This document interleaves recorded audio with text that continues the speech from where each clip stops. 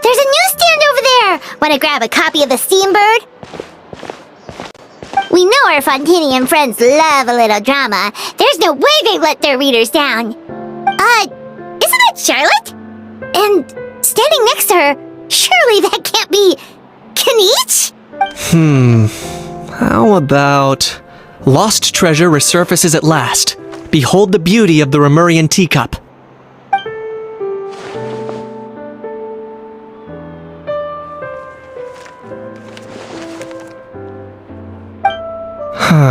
Pretty shocking.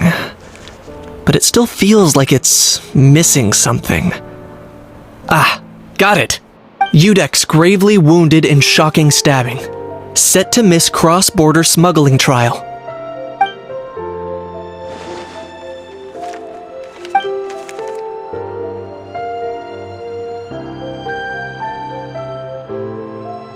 Huh? What? Did Paimon hear that right? Neuvillette was stabbed and gravely wounded? No, surely that can't be right. Can it?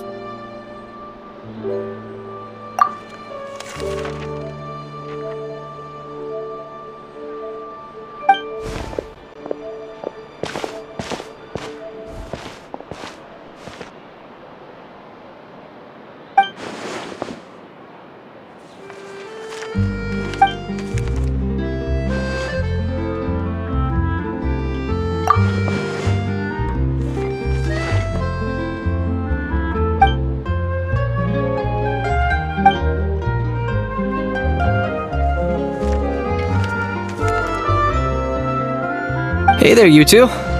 Fancy running into you here. Yeah, that, and also a less than pleasant shock! What the heck was all that about a Saurian meat restaurant and the Udex getting stabbed? Please say you weren't being serious.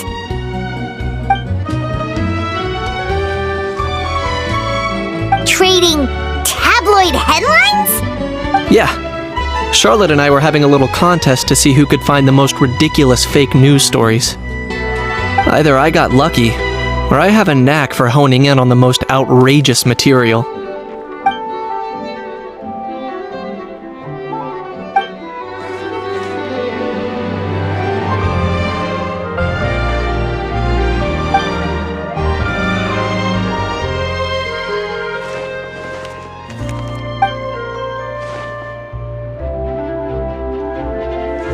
If I had to quantify it, I'd say about 1% of what they write is the truth. Huh? Him? Lenient? Oh, you gotta be kidding! Ah! Don't get me wrong. I'm not trying to give credit to these so-called news stories for occasionally including a grain of truth. All I'm saying is, even the wildest leaps of the human imagination are always rooted in reality. You mean all those fake headlines you mentioned actually do have some basis in fact? Sure they do. For instance, there was in fact a smuggling trial recently. Considering the amount of speculation surrounding the smuggled goods, it's no wonder there are rumors about restaurants serving saurian meat or teacups being unearthed from ancient ruins.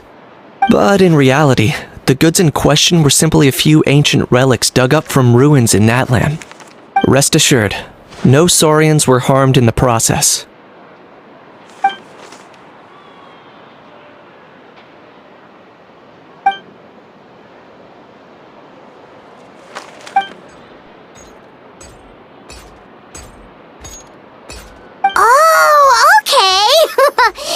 Was so busy freaking out about those headlines that she totally forgot to ask why you're here in Fontaine, Kinich.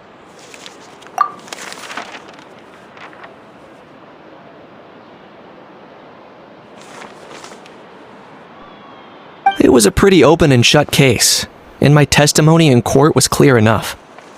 But I'm guessing, Mademoiselle Charlotte, that you're less interested in the case than you are in trying to uncover some news stories about Natlan.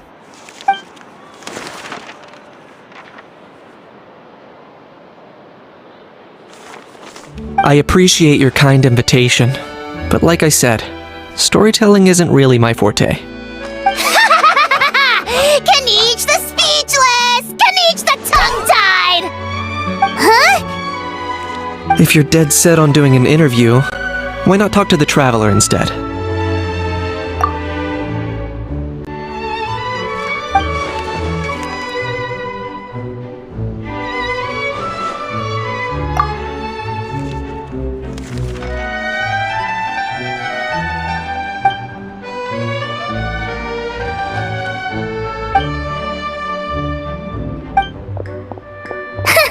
Charlotte never stops, does she? Anyway, Paimon just has to ask. That how thing that popped out before, or was it a how? It kind of looked like a how, but at the same time...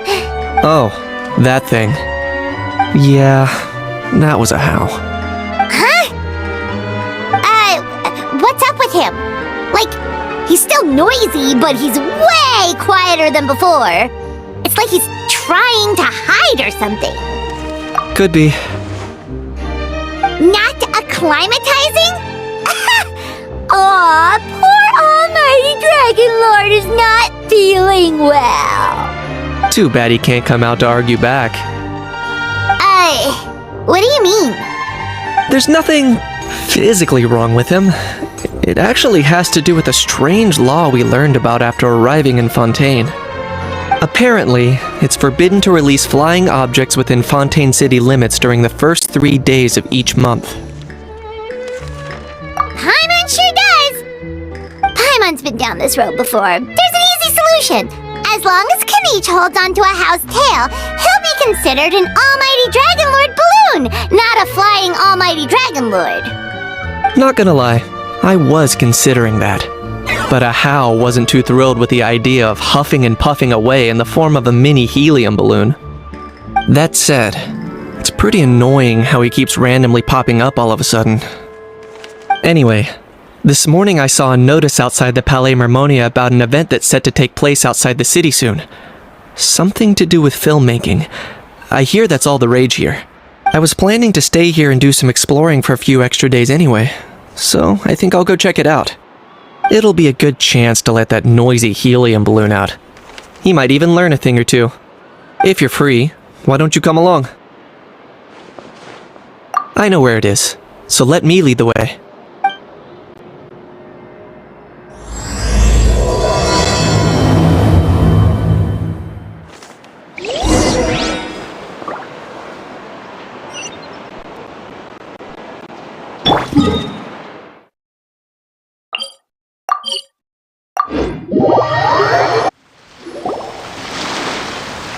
Looks like I remembered correctly.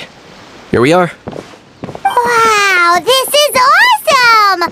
Hard to believe it was just an empty beach before. Yeah, it was still completely deserted only a few days ago when I passed by on my way to testify at the Opera House.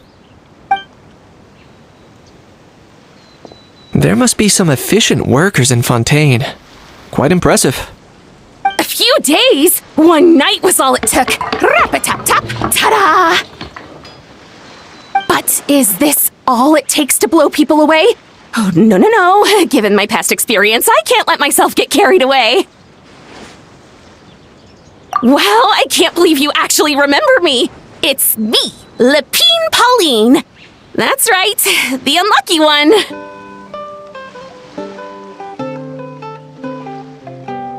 Of course! How else would we have managed to build Fantasyland in a single night? Fantasyland? At least that's how I like to think of it myself. A magical land of fantasy, the stuff of film buffs' dreams. I know it sounds like I'm laying it on thick, but that really is the goal here. As you can see, the theme of this amusement park is Fontainian filmmaking, a place for all film lovers to come together and co-construct a world of dreams. Co-construct? Well, that's a relief. Sounds like you're sharing the cost this time rather than pouring your entire life savings into a single project.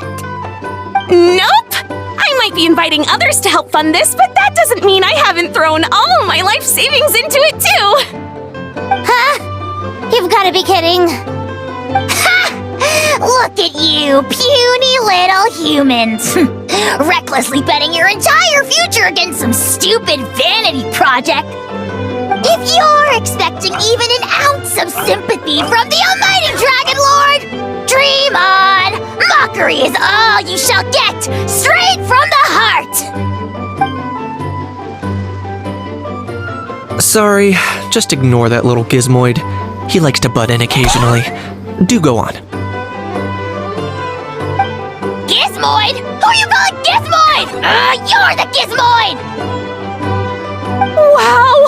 That's quite a nifty mecha you've got yourself there. Is it some sort of smart personal assistant? You ought to let Miss Charlotte see your cool gadget. Who knows? Maybe you could even look into mass production! Mass production? Ugh, insolent, vulgar, and disrespectful! I, the almighty Dragon Lord, am one of a kind! There has never been another like me, nor will there ever be! And another thing, smart is the understatement of the century! I shall have you know that I am Kahula-How, forebear of ancient wisdom! I lived for eons long before any of you were born! What? Heavens above! I beg your pardon, forebear of ancient wisdom. Please, I meant no offense. Idiot meets idiot. What's all the fuss? Making some new friends, are we?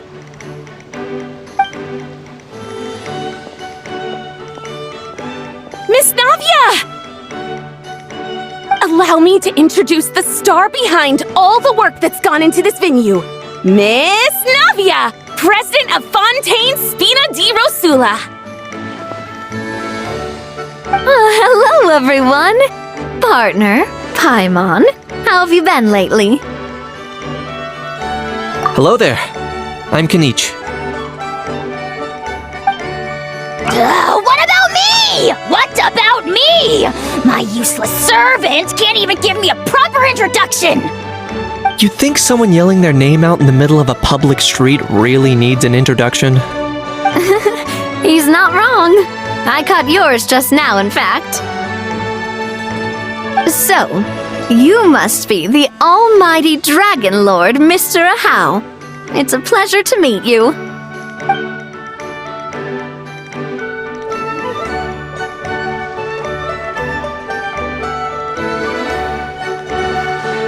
Oh, see that?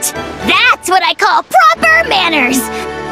Well, it's not every day you meet a well-mannered human. Navia, was it? Excellent. You may address the almighty Dragon Lord by his name. Navia, don't you think the title Almighty Dragon Lord is a bit silly? It's no big deal. All little animals do that, don't they? I mean, try to puff themselves up to look more impressive. Anyway, it's all thanks to Miss Navia and the Spina di Rosula that Fantasyland's gotten up and running in the space of a single night. Honestly, thank heavens! After all that paperwork and endless waiting, the event and venue finally got the green light! I couldn't wait a moment longer! The second the approval came through, I reached out to President Navia hoping she could lend a hand. After all, who else but the Spina di Rosula would indulge such impulsive demands?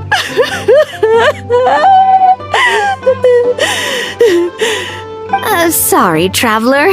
Miss Lapine Pauline sometimes gets a bit overwhelmed by her own excitement, as you can see. I'm guessing she hasn't gone into much detail about the event yet, so let me fill you in.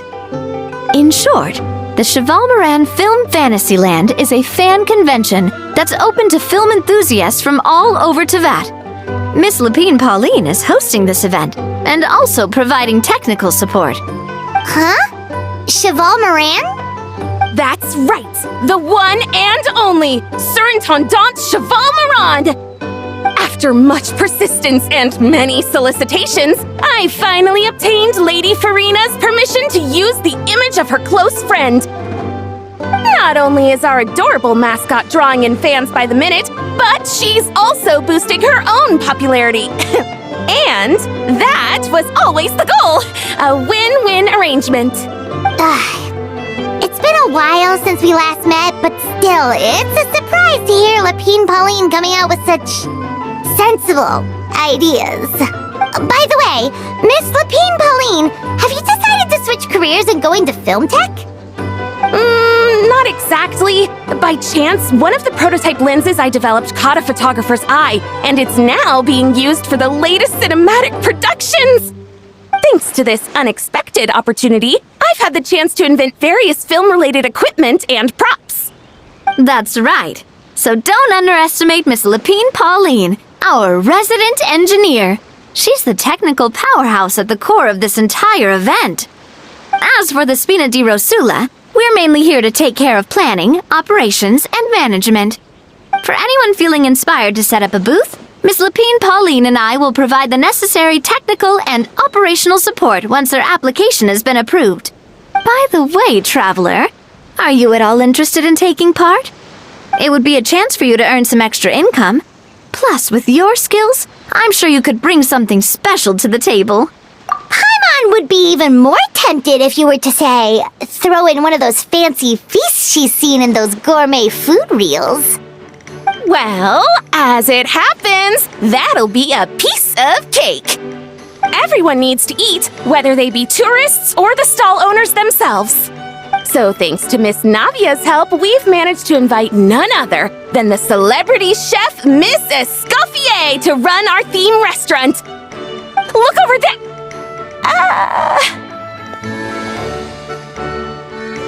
You! Yes, you! For the last time, the ingredients have to be in the right ratio!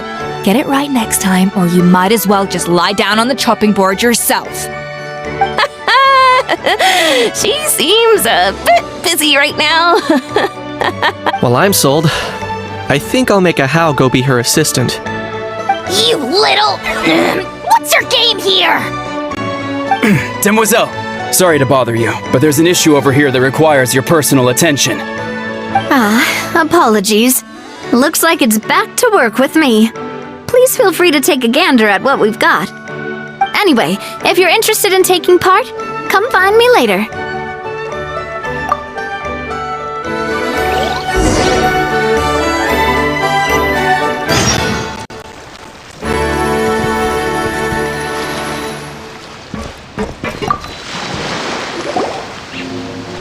Greetings. Apologies if you overheard my harsh words just now, but I assure you it is entirely necessary.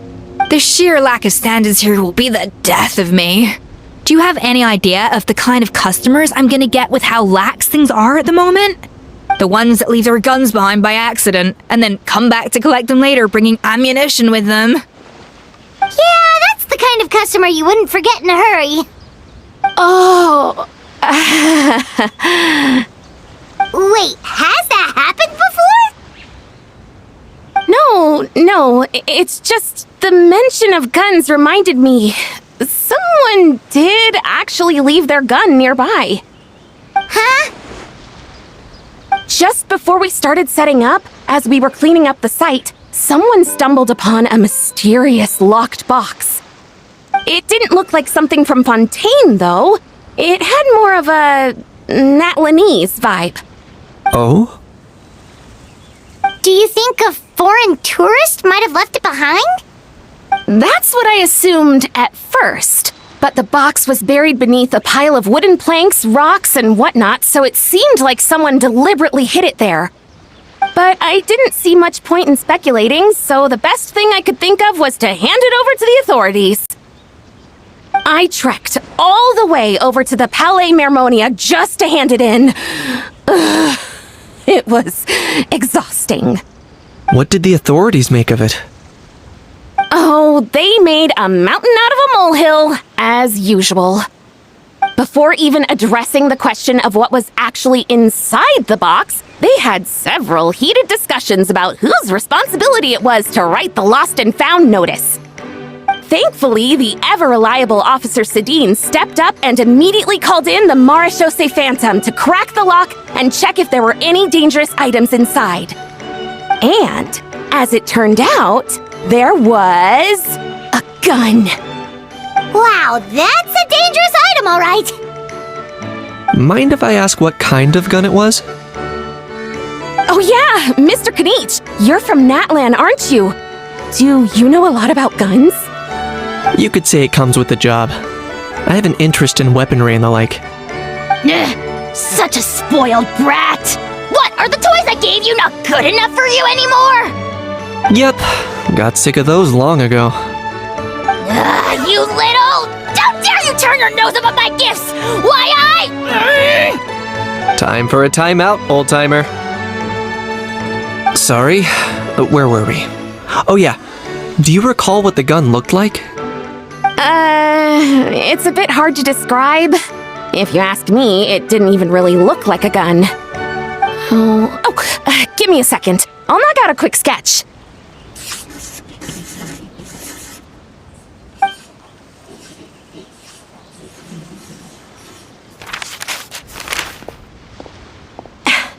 Something like this. Whoa, it's so neat and precise. It's nothing. Sorry. Is something wrong with my drawing? I know it doesn't really look like a gun, but I assure you, this is exactly what it looked like. And it certainly could shoot as well, too. I confirmed that with the officer from the Marechaussee Phantom. No, quite the opposite.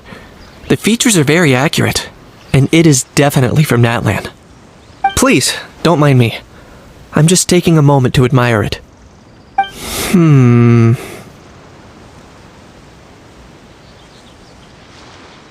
I should be the one thanking you. Thank you, and everyone else for your support. Don't mention it. Besides, we haven't really done anything. Not at all! The buzz and excitement you guys bring is exactly what this event needs! Oh dear, I'm starting to feel a bit guilty watching everyone else toil away. Guess it's about time I got back to work too. But just before I go, one last thing. Traveler, it's wonderful to see you. Here's to a successful collaboration!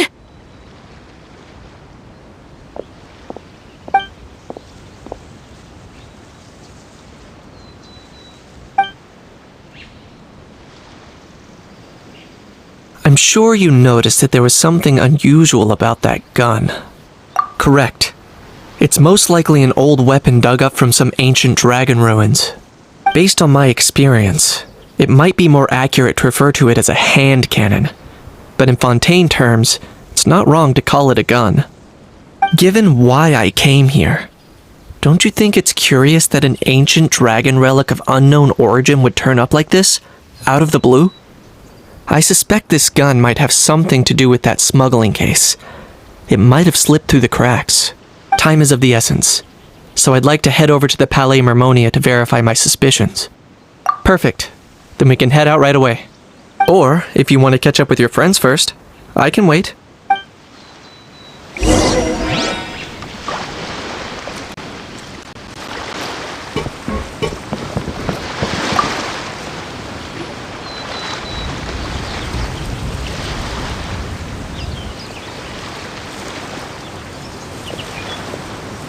Traveler, it's you! Ready to join the Cheval Moran Film Fantasyland crew? It's time, dear partner in Paimon, for us to turn our attention to the Cheval Moran Film Fantasyland. As I mentioned, the park was started up by enthusiasts who brought in the Spina di Rosula to handle the planning, construction, and operations. Of course, enthusiasts aren't typically all-around experts. They usually stick to designing the event booths. We, for our part, handle long-term operations and develop standardized strategy guides for the different activities. Long-term operations? Strategy? It all sounds so complicated. We spend most of our time adventuring and we barely have any experience running a stall. Do you think we can handle this? That's more like it. You've seen it all before, haven't you, partner? I'd even go as far as to say you've shaped some of Tevat's biggest business ventures. Anyway, first things first, let's get an overview of how the whole festival's gonna be run.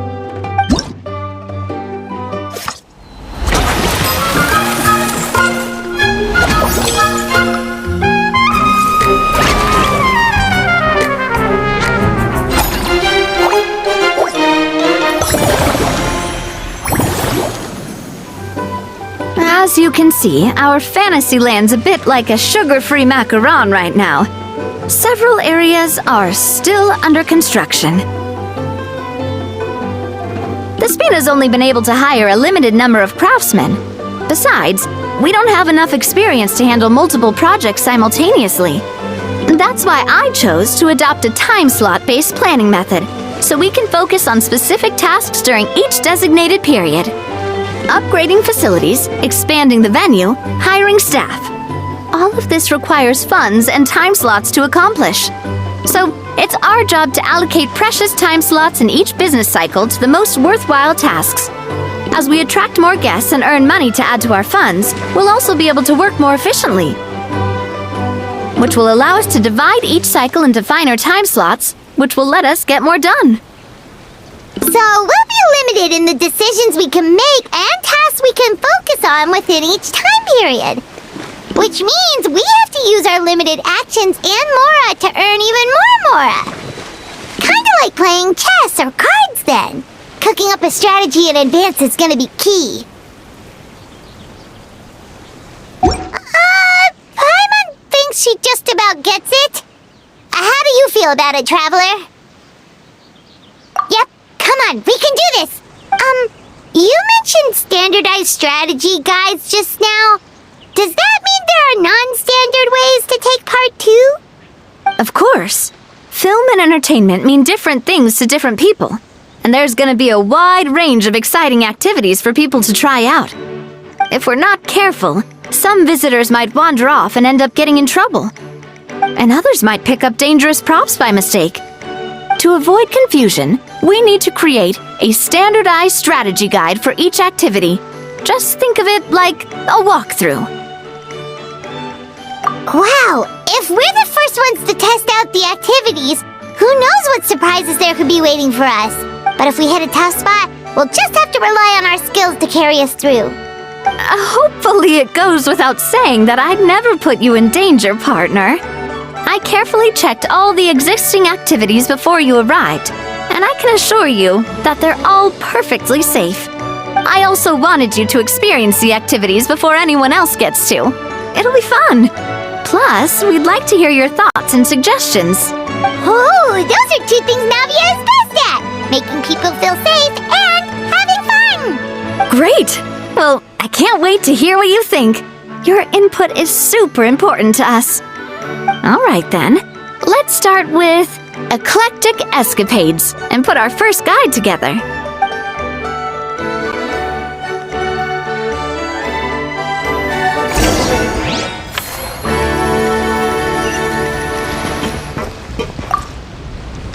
All right then, time to try out Eclectic Escapades. I'll leave the strategy guide to you guys.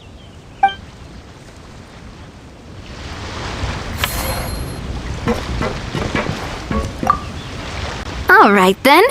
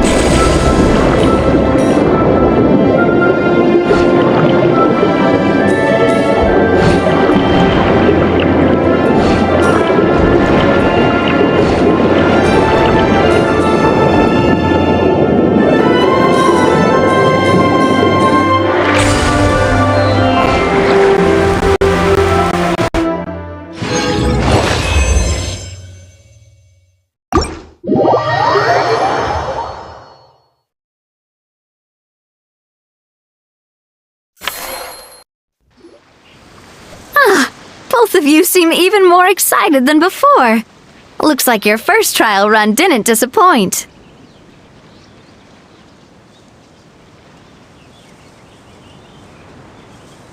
Paimon hasn't actually watched that many films, but after trying it out, she might just be hooked! We should check out the film that it's based on!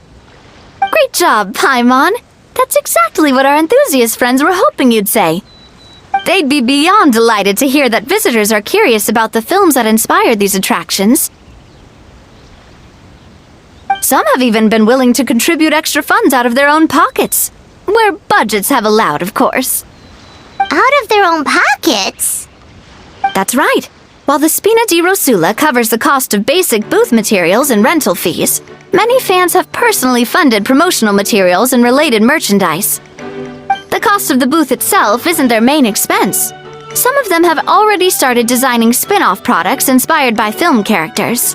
Take our official mascot, Sir Intendant Chevalmoran, for instance. She won second place in the last most popular character poll for the comic film category, and was even dubbed the pinnacle of round bouncy cuteness. Many people have expressed interest in designing cushions based on her image, using the highest quality fabrics and hiring the most skilled artisans to mass produce them. These cushions will officially go on sale at the next convention alongside lots of similar products. Don't worry. As Sir Intendant Chevalmoran's guardian and official image rights agent, Farina's already getting 60% of the sales revenue. After all, the fans are doing this voluntarily, not for profit, but to promote Sir Intendant Chevalmoran's adorable image. The more Mora ends up in Farina's purse, the better Sir Intendant Chevalmoran's meals will be. And who wouldn't be happy to hear that? Oh, Paimon likes the sound of that! Everyone working hard for something they all love without worrying about profit! Still, we can't just ignore Mora completely. Whether it's fan creations or official commercial projects, some level of financial balance is still necessary. The same logic applies to the Chevalmoran Film Fantasyland taken as a whole. Once we finish the standardized strategy guides, our attractions can officially be open to the public. But we can't take personal charge of the ticketing process. There's plenty of work to do at the various booths, and the park itself is a work in progress. We'll need to assign dedicated employees to maintain and manage each attraction. There's a recruitment section on the park's bulletin board. We've received many applications, and each candidate has their strengths. Our job is to match the best candidates to each attraction based on their overall performance. Once assigned, the staff will keep the attractions running, ensuring a continuous revenue stream. Wait, so we've suddenly gone from being playtesters to heads of human resources? That's definitely a first for us. Just don't hold everyone up to your own standards, okay? You can't expect everyone else to be as capable as you. Alright, time to review some resumes. Fingers crossed we'll get some exceptional candidates.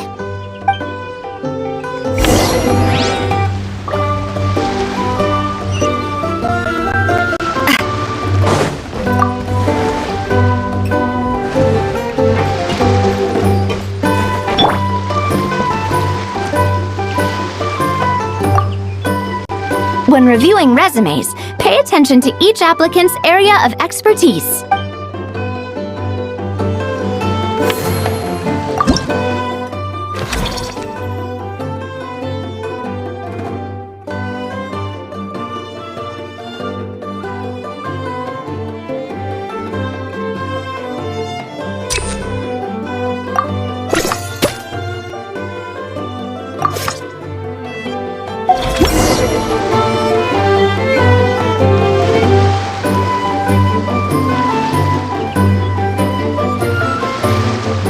Looks like this particular employee is really getting into their role.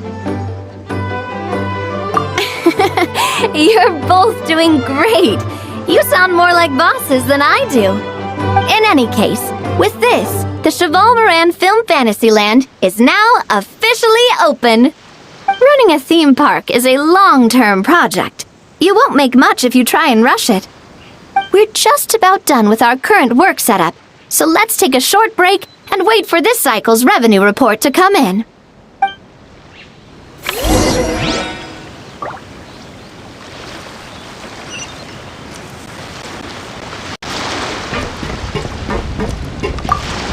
The fresh vegetables from the new batch are exceptional quality. I just wish I could say the same about the new staff.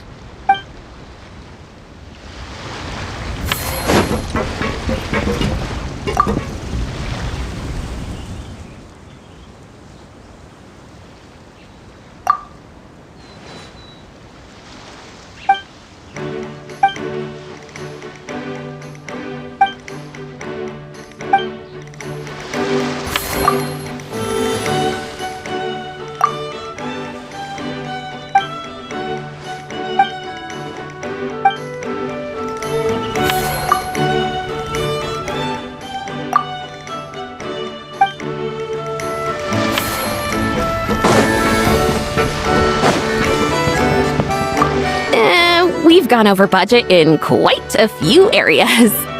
But, whatever. The results are what count.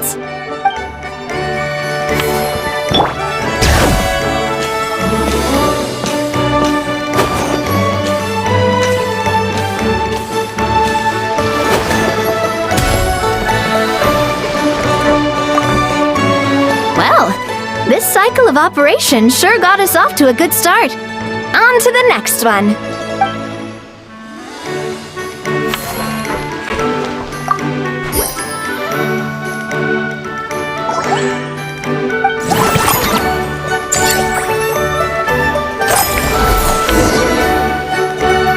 Well, the numbers might not look that impressive, but given that we're just getting the ball rolling, I'd say that wasn't a bad start. Building on this momentum, we must consider rolling out more unique business strategies during the next cycle. To draw in the crowds, I've invited one of Fontaine's very own celebrity chefs, my good friend Escoffier. She'll be performing right here in the amusement park's restaurant. On that note, let's go catch up with her. So, is the restaurant part of our business strategy too? There are so many layers to this operation.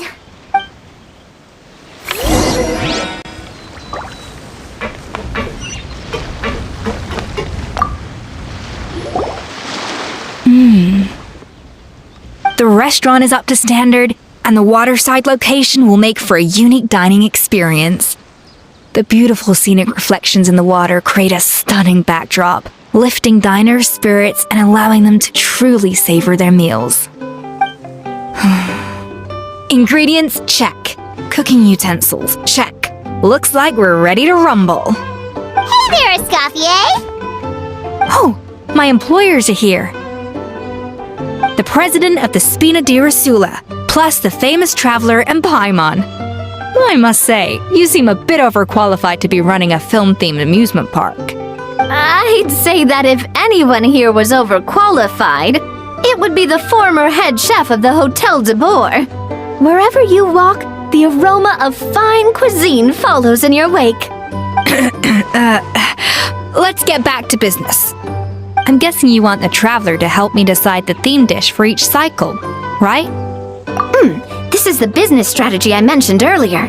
Using Escoffier's top-tier dishes to attract more visitors to the park. But this isn't just about attracting visitors. Her culinary masterpieces will surely have other surprising effects. Just imagine, Paimon, if all you needed was a single ticket to enjoy all the attractions and taste all the legendary food. Wouldn't you be tempted? Then Paimon come every single day! Now, here's the twist. To get the most out of this strategy, the menu can't be made public.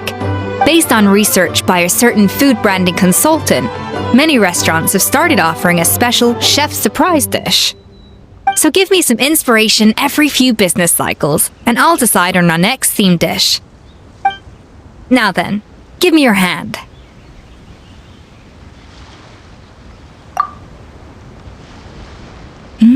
A warm and energetic feel. Your hands are calloused from wielding your sword, but still quite delicate. When you grasp its hilt, it's like you're holding the bow of a violin.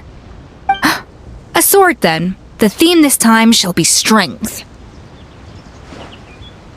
Alright, let's find out what strength looks like in gastronomical form.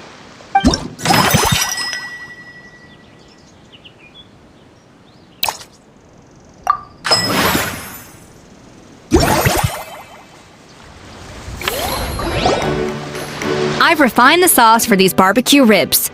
It's a richer flavor than the classic version, but not at all greasy. The mint extract in the seasoning leaves a refreshing aftertaste, perfect for indulging yourself after a fun-filled day. But if you ask me, I'd say the artisans need these more than the guests. The artisans? As I'm sure you've noticed, this park isn't quite finished. A serving of these barbecue ribs should help the artisans replenish their strength much more quickly. As their bosses, you have an obligation to provide meals for them.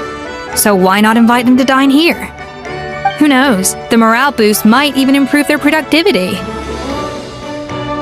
Oh, if I recall correctly, you once served up some special fish and chips for the porters over at the Fleuve Cendra.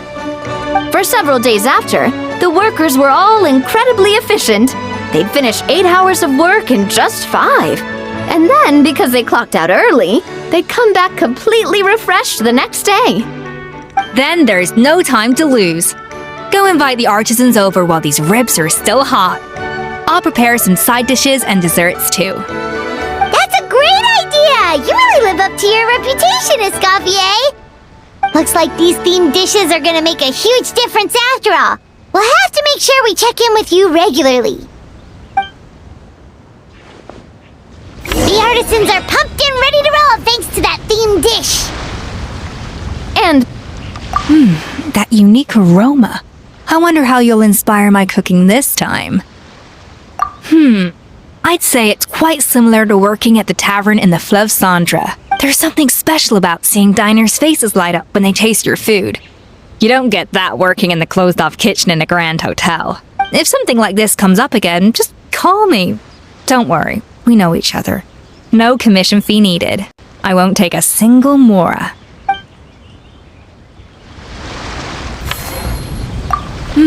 That unique aroma. It's nothing.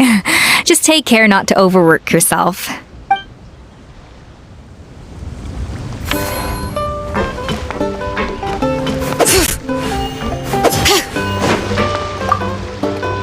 now that everything's going smoothly, it's about time we upgraded our facilities.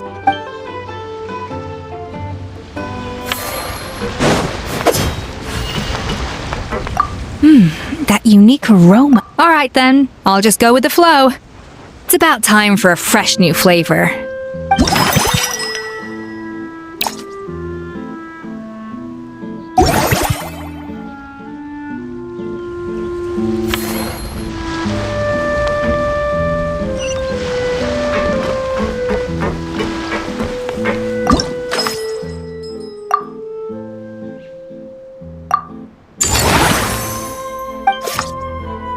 We should be able to attract more customers by upgrading the stall, don't you think? That's right. Based on my business experience with the Spina di Rosula, I've quantified the service value to help you intuitively understand how satisfied customers are with each stall.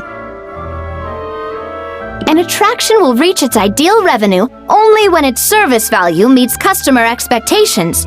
As we improve and expand our facilities, expectations will also increase accordingly. When that happens, we can deploy more capable employees or invest funds in training to enhance our employees' skills.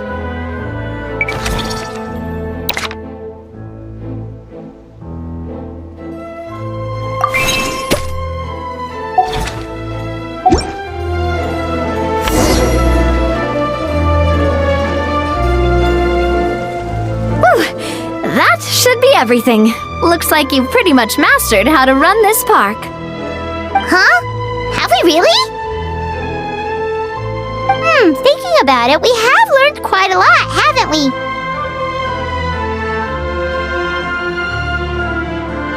Oh, not at all. I wouldn't say I taught you much. Your intuition's been guiding the way mostly. I imagine long-term operations sounded like a scary prospect the first time I mentioned it, huh? But don't let that scare you. Just break things down into smaller steps and tackle them one at a time. Even if you're not a genius or naturally gifted, you'll get it done in the end. Whoa, seeing her own progress has really got Paimon fired up! Actually, she's gonna jot your words of encouragement right down. From here on out, we'll be running the Cheval Moran Film Fantasyland together! Let's make it a big success!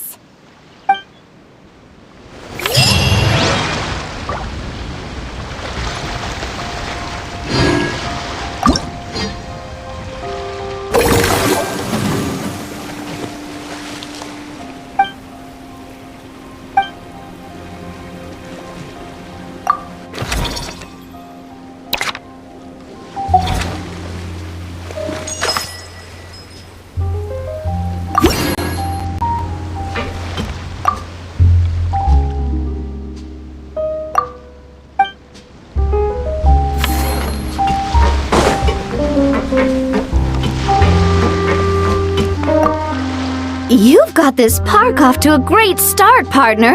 The ball's really starting to roll, huh? I can't wait to see how it'll all turn out. How exciting!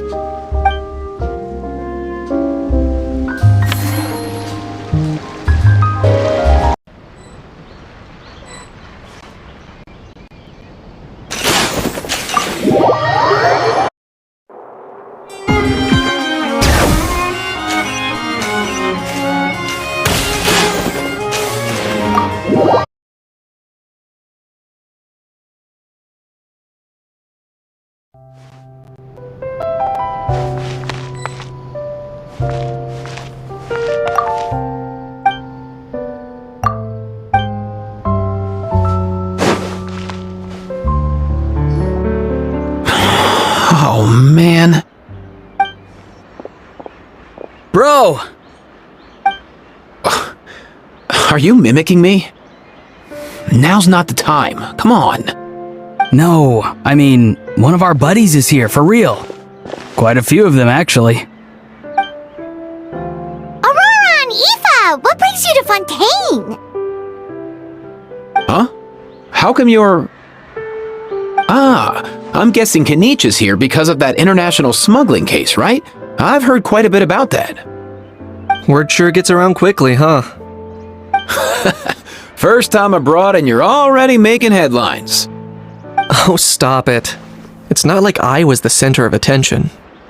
Wasn't expecting to see the Traveler and Paimon here too, though. Come on, Aoife. Huh? A traveler, by definition, is someone who travels around. Fair point. Anyway, back on topic. Wait a second. I lost my train of thought. What were we talking about again? Why, you're all here, of course. For vegetables. Fork a cuckoo. I'll go first. It's for the Chevrolamine Film Fantasyland. Wait, is that right? It's Cheval Moran. Ah, right. I keep stumbling over that one. Guess I owe Cheval Moran an apology, even if she's not here.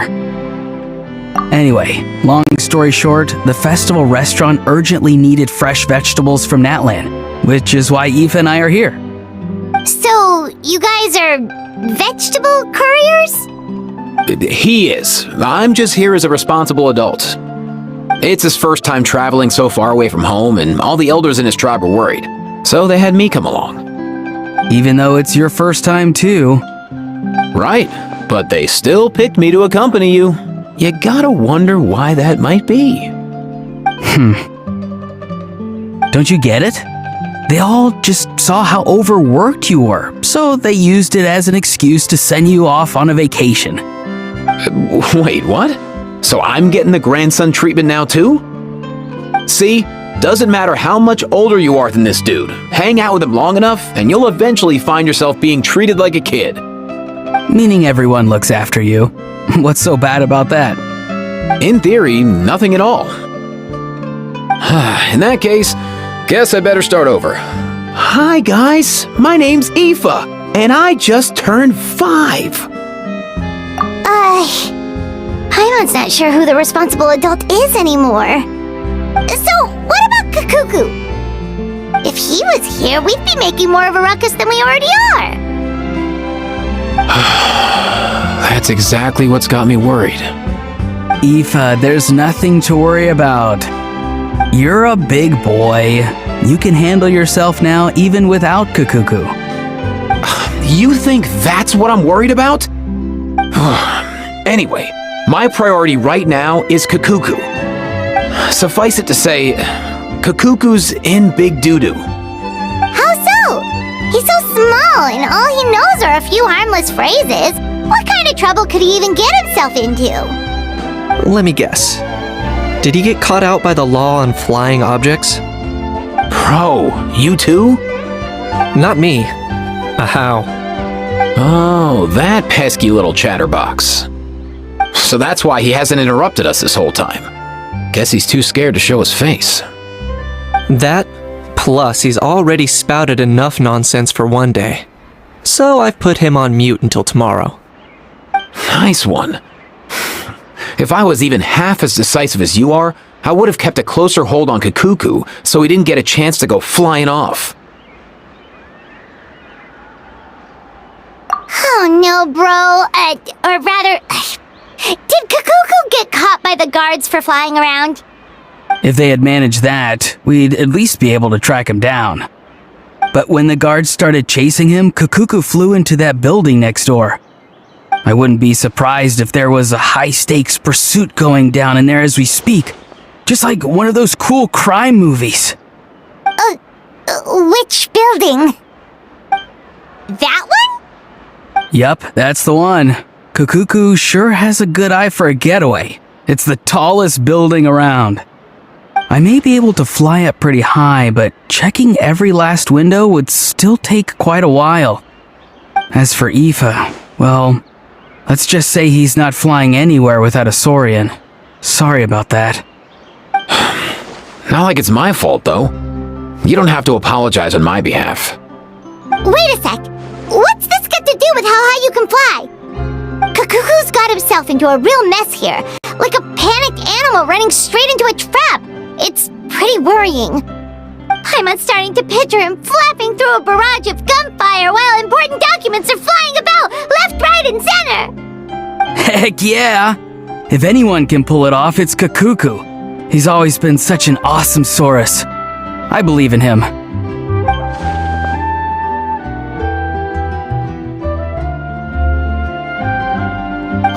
For real now? Do you even hear yourself, bro? Of course I'm for real. I'd never make light of something like that. All right. Everyone's an awesome Saurus. Well, the human version. But our priority right now should be to go in there and check up on Kakuku.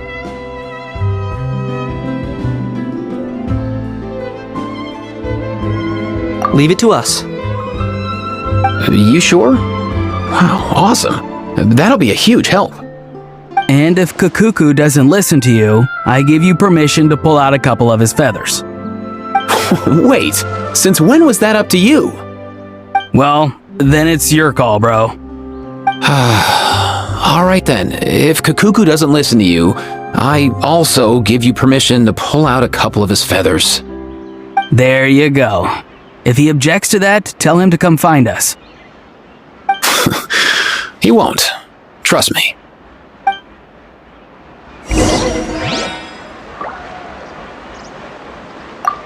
Back when we first met Kakuku in the wild and I begged you to take him under your wing, I never imagined you'd end up spoiling him rotten. And I never imagined you'd be nagging me about it. Oh, well, I definitely saw that coming. Huh? You're only 5 years old after all.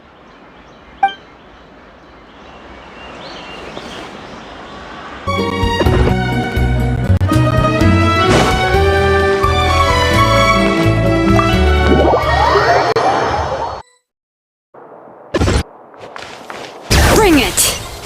Nothing new there. What's all that commotion? Are they arguing in there?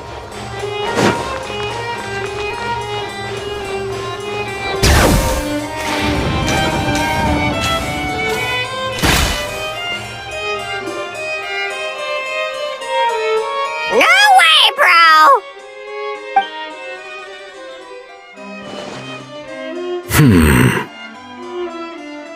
Did he say he came from Natlan? No, Get out of here!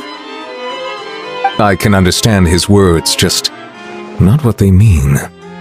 Oh no.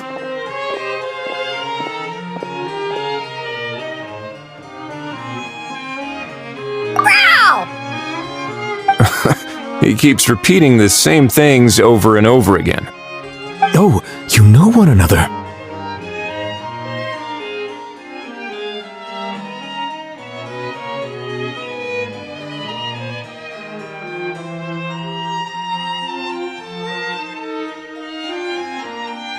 He's a friend! Yeah! A saurian friend of a human friend! Great. Well, that was easy. Looks like we've tracked down the owner. Guess that's one less lost and found notice for you to write, Monsieur Neuvillette. For real? Traveler, was there something important you wanted to discuss with the Udex? I'm just about done with my business here. Need me to step out? Stay and hear them out first. Perhaps it will have some bearing on your own work. If I am not mistaken, you are the same Mr. Kanich who served as a witness in the smuggling trial? I take it there's been a further development in the case. That's right. Very perceptive, Mr. Udex. So you've met Neuvillette before? But wasn't the trial overseen by another judge? I've seen his photo in the papers. But as for this other gentleman... Allow me to introduce you to Mr. Wriothesley, administrator of the Fortress of Meripede. Or in layman's terms, Fontaine's prison warden. Please, feel free to share anything about the case. There's no need to keep anything from him. Pleasure to meet you. Pleasure to meet you! Wow, that sounded just like me. But should we really discuss official business in front of the Saurian? Oh wow! Oh no! I believe he said... Or rather, I suppose he meant that he'll keep this to himself. Though I should mention, Mr. Kukuku, that we will have to ask you to sign a confidentiality agreement. Sure thing, bro!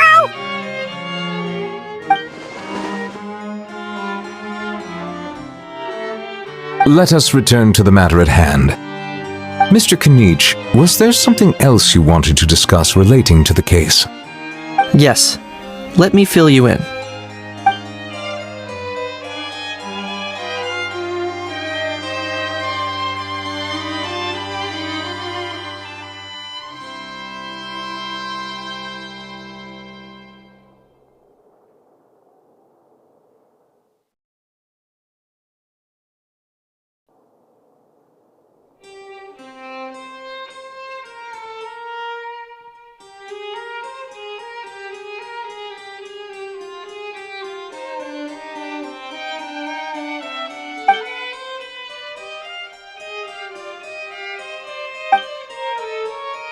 Wow! It really is exactly like Lapine Pauline's sketch! It must be all that practice drawing engineering blueprints, huh? So if it's true that this weapon came into Fontaine alongside the contraband from the smuggling case, then there's a high chance we overlooked a suspect. That's exactly my line of thought. I see. Mr. Kanich, thank you for reporting this promptly. I'll arrange for the Marechaussee Phantom to investigate right away. We should begin by questioning the prisoners in custody. Wriothesley. I'll sign off on the interrogation request. Don't you worry. That would be much appreciated. It's lucky that the Palais Mermonia wasn't scheduled to release any public bulletins today, and that this gun's lost and found notice hasn't been written up yet. In other words, the news hasn't leaked. I'll be staying in Fontaine for the time being. If there's any progress in the investigation or you need my help, feel free to reach out anytime. of Lapine Pauline's convention. If there's any news, we'll keep you all posted. Marvelous. Thank you all. Well then, all that's left is to...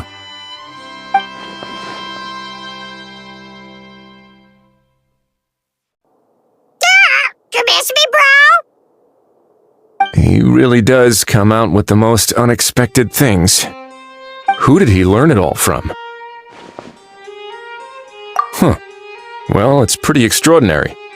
Anyway, according to due process, we must first determine whether Mr. Kakuku qualifies as a flying object. And, following on from our conversation just now, he also needs to sign a confidentiality agreement. Drafting said agreement may take some time.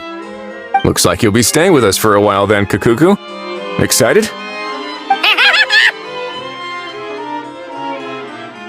That would save us a lot of trouble. Many thanks. All right then, we'd better get going. No need to see us off.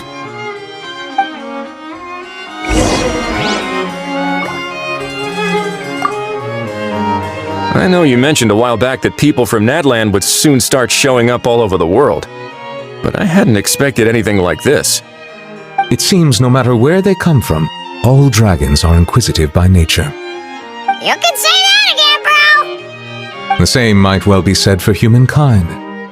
The real reason you chose to stay to investigate this case was your curiosity about Natlan and Mr. Kakuku, was it not? Guilty as charged. Nothing gets past you. So, how about we take this opportunity to chat a little more? We've got the world's best translator on hand, after all. Sure thing, bro!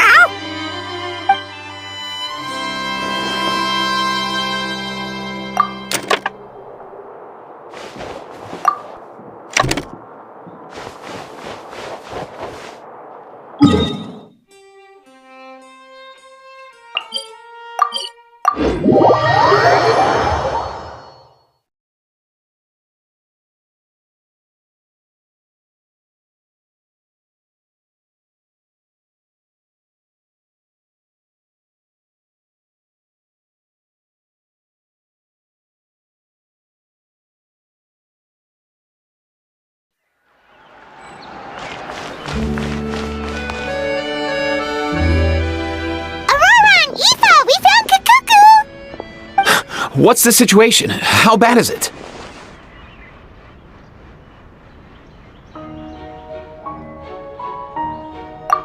Oh no.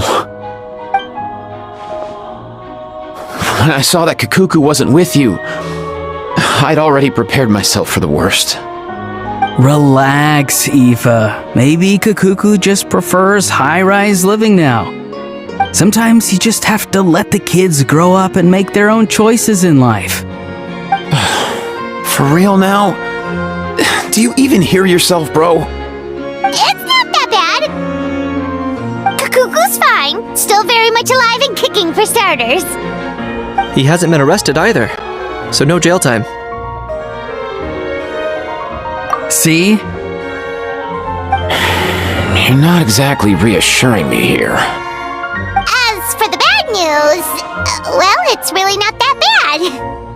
Kakuku accidentally overheard some top-secret stuff, so he has to stay at the Palais Mermonia for a while to sign a confidentiality agreement. But there's no need to worry. The person in charge of looking after Kakuku is super nice, so he'll be absolutely fine. All right. That doesn't sound too bad after all. Wow, hearing that's put my mind to rest. But based on my understanding of how things work here, the ban on flying objects should be over by the time Kakuku actually gets out. What a shame.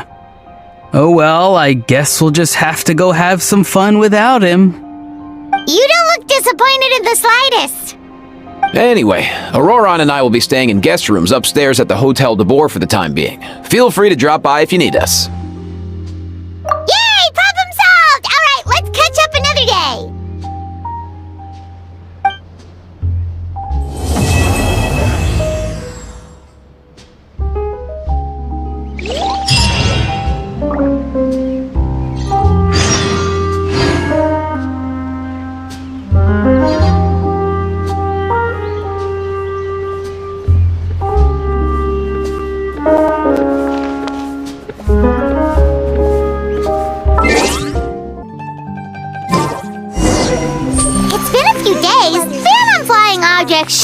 over by now.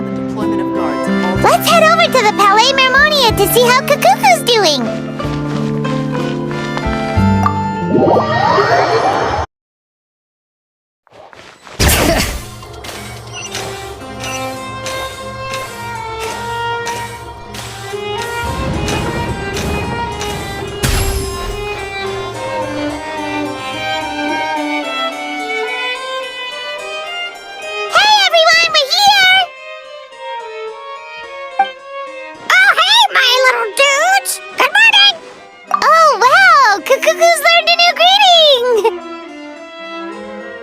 Is that good news or bad news, though? Sorry, I did everything within my power. But so far, I've only managed to teach him how to say good morning. Wait, so that's all you've been up to this whole time? Get out of here! Huh? Okay, so good mornings aside, please tell Paimon there's been some other progress, too. Of course. That's why I'm here. Kukuku's not the only one that Mr. Risley's been getting to talk. I'm referring, of course, to the convicts. It was nothing. These guys weren't exactly tough nuts to crack. So, what's the deal? After racking their brains, they remembered speaking to an inconspicuous middle-aged man just as they were preparing to pack up and leave Natlan. He was dressed in the manner of the Children of Echoes and carrying a box. Plus, the description matches the one the gun was found in. All in all, he didn't look any different from your average Natlanese traveler. Perhaps seeing that they were dressed as merchants, this man stopped for a chat, inquiring where their goods were headed, and even asking if they could share a boat. The smugglers were very cautious, though. They didn't tell him any specifics. But all this happened before I crossed paths with them. I happened to notice them as they were preparing to set sail. I thought they looked shady, so I snuck aboard, and ended up being carried along all the way to Fontaine.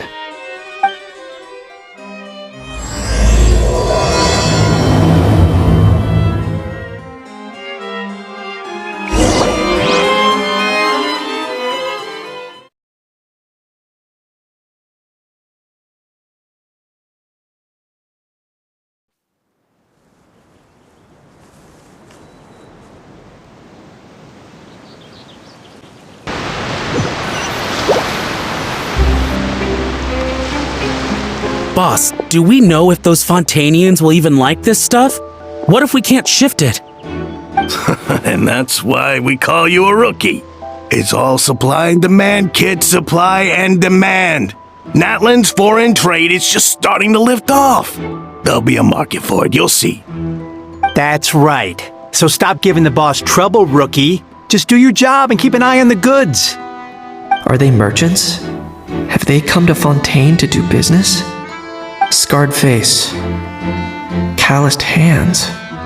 On closer inspection, the fabric looks worn at the knees and elbows, and his fingernails are dirty. Not exactly your typical merchant. Could he have previously been a warrior? Or even an adventurer? Something feels off. I'd better sneak up and get a closer look.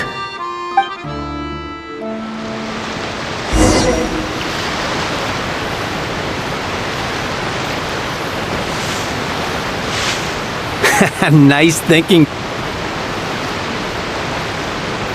Who goes there?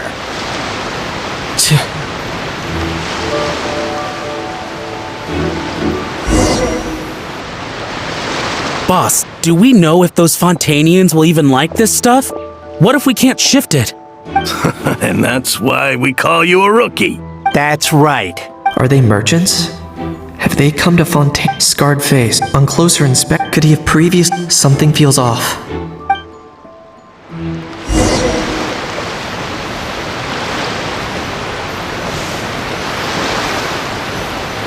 Nice thinking, boss. This tourist tub's been fast going and smooth sailing. Plus, no one's been asking us what we're up to. That goes without saying. Big cargo ship would have been too slow, whereas the smaller ones would have been faster but way too bumpy. If we ended up damaging the goods by accident, all these months spent grafting away would have gone up in smoke. Seriously? But there's hardly anything here. Would it really have taken them months to prepare? And why would they need to transport it with such care? Could they be secretly smuggling precious items out of Natlan? I'll need to find a way to get to the bottom of this.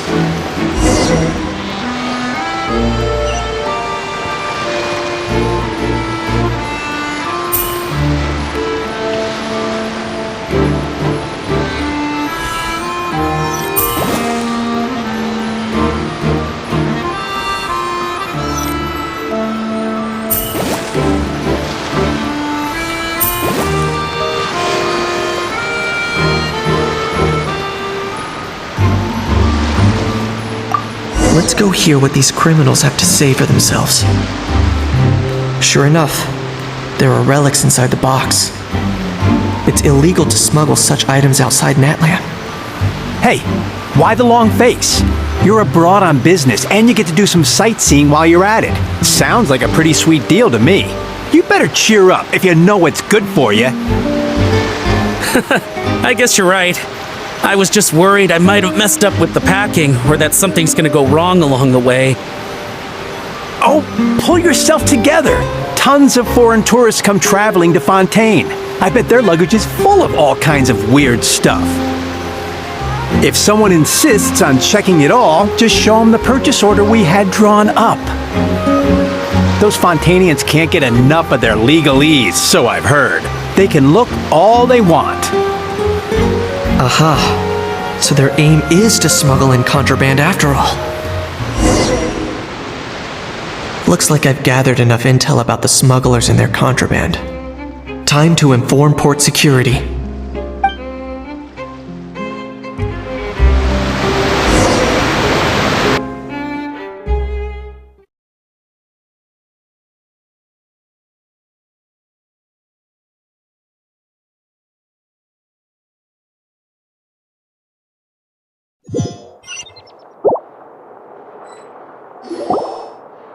So anyway, that was when I went and told the Fontainian guards about my suspicions.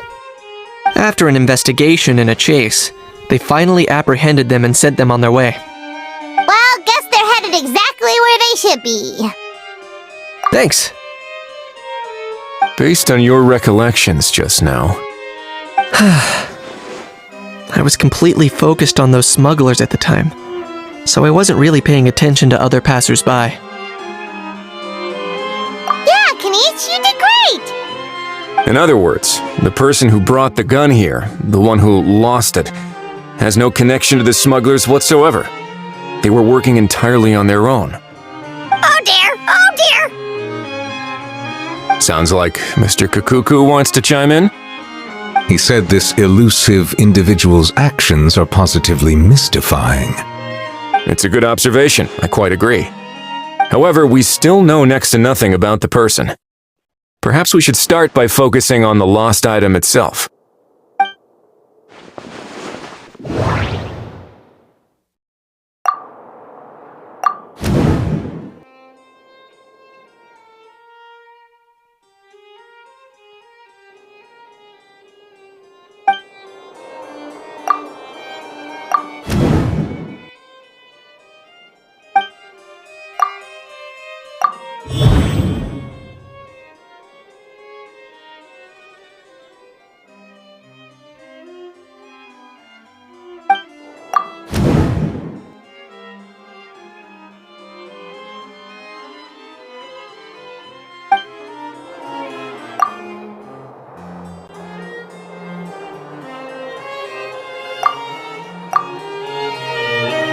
It certainly seems like it was the bait in some kind of trap.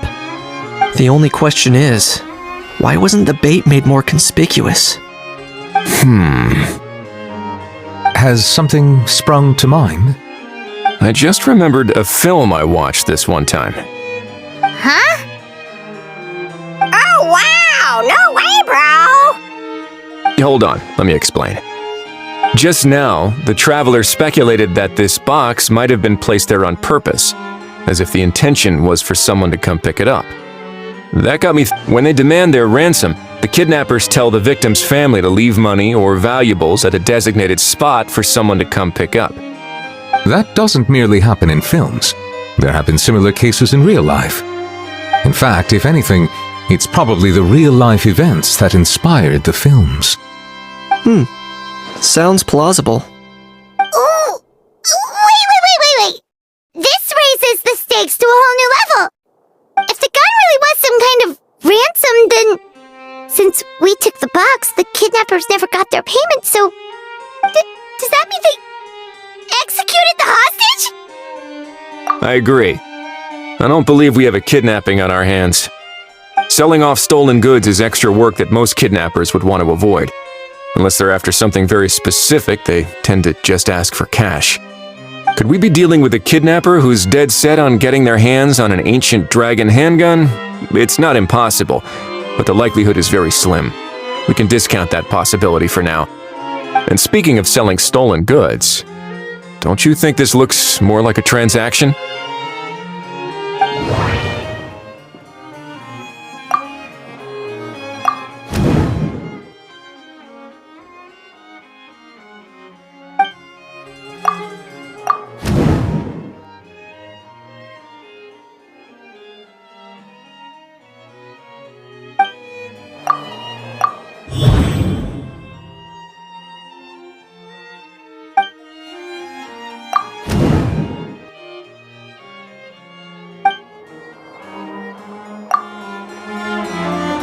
So, bottom line, this was an individual smuggler at work. Exactly. And it was the location itself that caused the deal to fall through. The last thing they would have expected was for a quiet beach to turn into a bustling film convention overnight. Not only is the area now packed with tourists, but the Spina di Rosula have a presence there. I'll bet that both parties were completely caught off guard. That sounds like a plausible theory, but how do we verify it? Looks like your people better start rolling up their sleeves. How so? Easy. Just follow the usual procedure by putting up a lost and found notice. The more routine we make it seem, the more likely the suspect will come forward to claim it. Even if they send a proxy, we're liable to get our hands on new leads. And timing-wise, it's about time we updated the bulletin board anyway. All we need now is a lucky gestionnaire to write up the notice for us post-haste. Ah, so that's what you meant by rolling up their sleeves. In that case, I may as well write it myself. Delegating this to someone else would require an additional explanation. Or are you just not used to asking others to work overtime? Is that really a major concern here? Well, looks like I won't be needed around here. At least until the notice has been posted. You could always wait here if you like. The Palais Mermonia serves a particularly fine cup of tea if that swings it for you. Thanks, but no thanks. I left a very noisy creature with a friend before heading out, so I should probably get back to feed it. Ah, I wasn't aware that you had a pet, Mr. Kanich.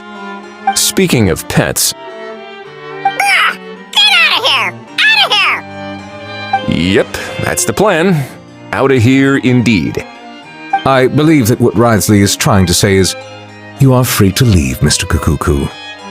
Furthermore, it has been determined that Mr. Kukuku should not, in fact, be classified as a flying object. As such, he shall be free to move around Fontaine whenever he so pleases. You're the best, bro! Oh, that really is good news! Travelers, should we bring Kukuku back to Aoife and Auroran? I shall leave him in your capable hands.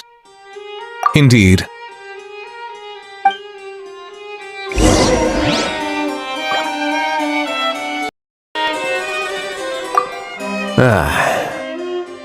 You know, all this has made me realize that I'd quite like to have a pet. If that proves inconvenient within the fortress of Meripede, perhaps you should consider finding a place in the court of Fontaine. That actually sounds like a good idea. In the past, I always dismissed the idea of buying a property in the city.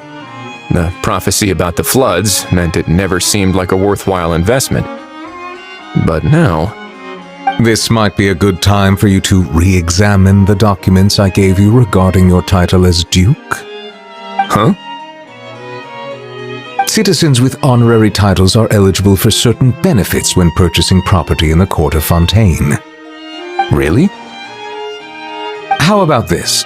You read through your documents from start to finish, while I write up the lost and found notice.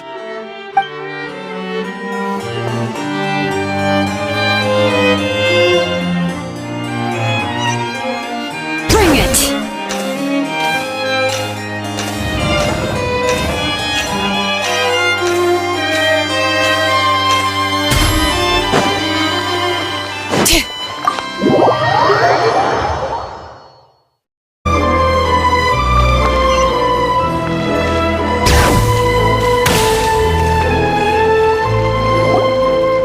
How? What? What now? Let's shake hands. Fine by me. Get ready for a knuckle sandwich! Ugh.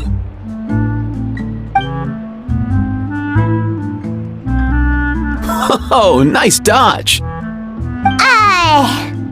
Paimon feels strangely inclined to keep a safe distance. You miss me, bro? Cuckoo, you're free! Ugh, not you again. Nope, didn't miss you in the slightest. Hey, Gramps. And hey, Paimon and Kanich. It's good to see you all. Thanks for bringing Kukuku back. Get it away! Get it away from me! Nice to meet you, bro. Who are you calling bro? Say that again to my face! I dare you! If you've got the energy to argue this much, you're clearly not hungry yet. Let's go find something to eat while a How lives his best life. Poor How. He spent all day being tormented by Auroron, only to discover that the suffering's just begun. Eva, as a Saurian vet, how can you just sit back and watch our little dragon bro suffer? Huh? How am I the bad guy? Even hear yourself? Ah! Doesn't anyone want to hear how Kukuku got out of jail?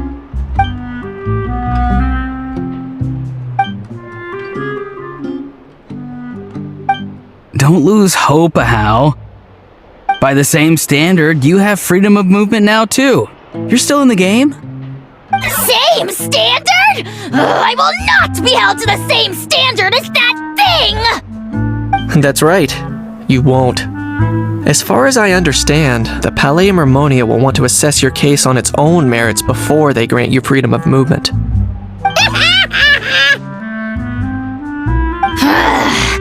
Where's that Saurian meat restaurant again? I'm gonna march that little pink balloon right into the kitchen! Good luck with that, bro. You'll be putting your own neck on the line, too. Also, there's no such restaurant! Anyway, thanks for looking after a How, guys. I'll take over from here. Why you? Between the two, Kukuku wins the cuteness competition hands down. Really? Thanks! Wait, who are the other contestants, though?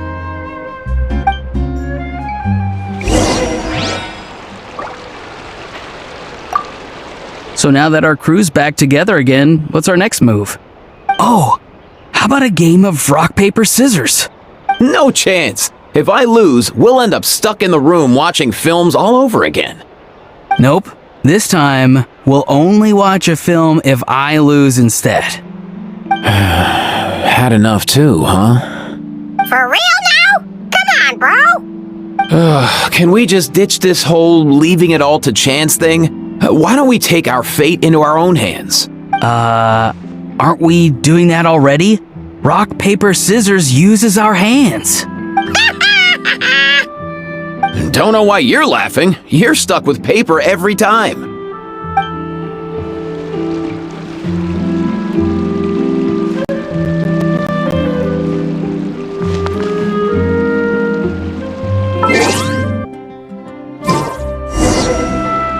The lost and found notice is up!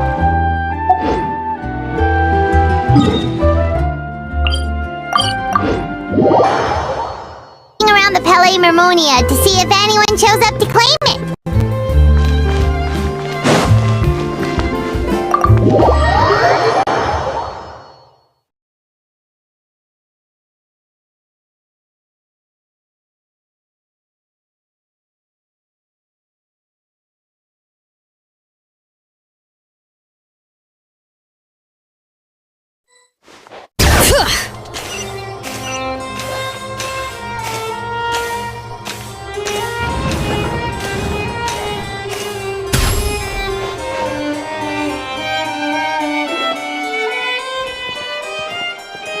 Huh, looks like there were quite a few others with the same idea.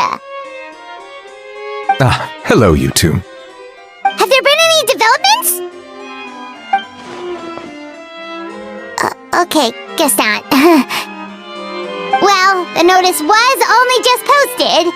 Guess it's pretty unlikely that someone would show up right at... Special Patrol, open up! Ah! Who's there? What's going on? The Special Patrol? I don't think that's who this is. Hey, this isn't the time for silly jokes! Let's go check it out.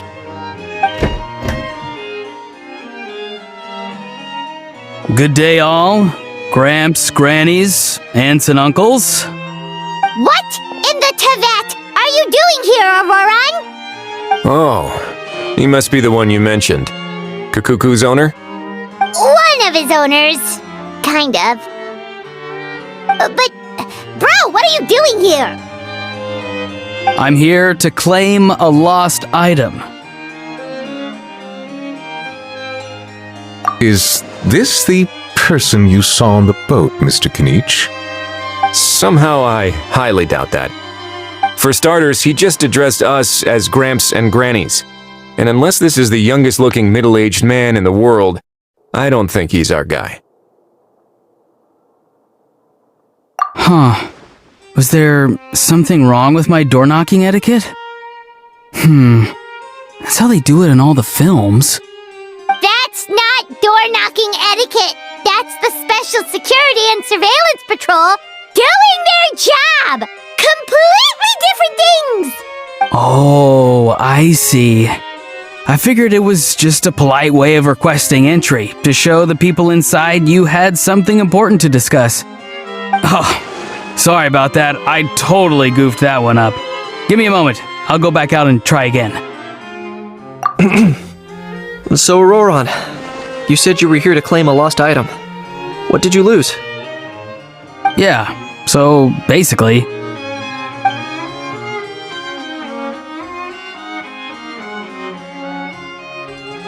For real now? Oh, come on, bro. Auroran, be honest now. Were you the one who lost this? No, it belongs to a friend. So it belongs to Aoife? Of course not. Aoife has his own gun.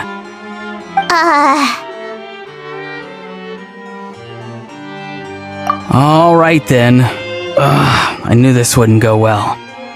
So here's what went down.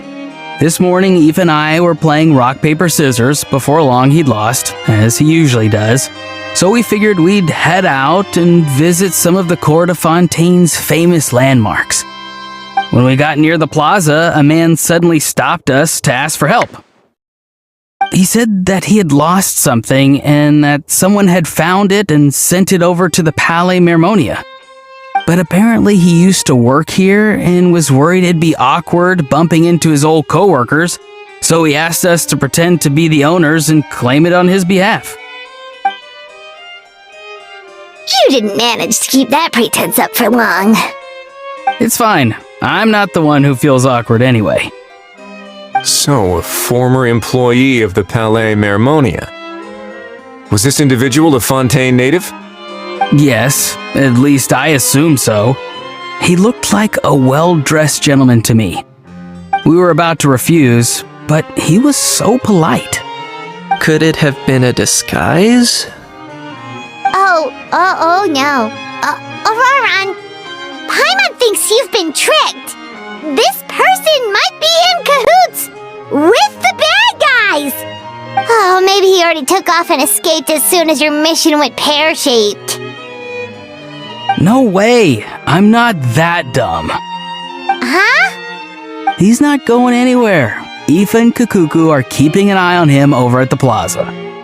Keeping an eye on him. I like the sound of that. In that case, let's hurry over to where Aoife is! Time to catch that con man and find out what's really going on here! Wait a minute, I have a question first. Traveler, Paimon, you're pretty famous in Natlan, right? Oh, we're basically household names. But why do you ask?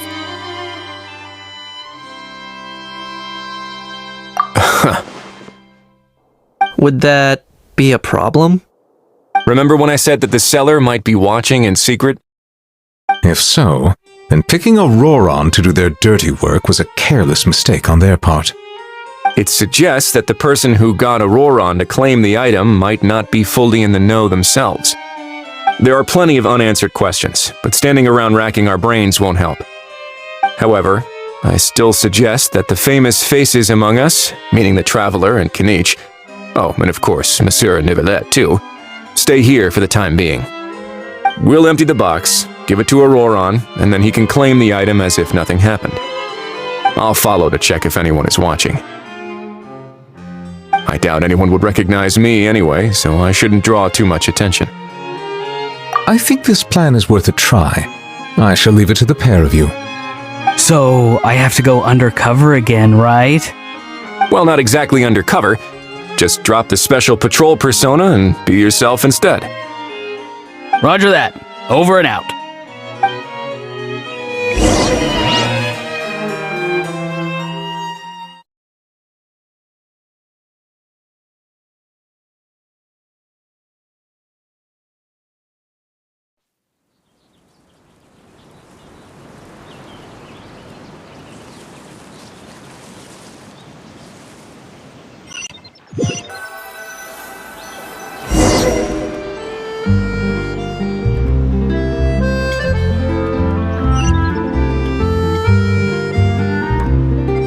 No sign of any suspicious individuals around here.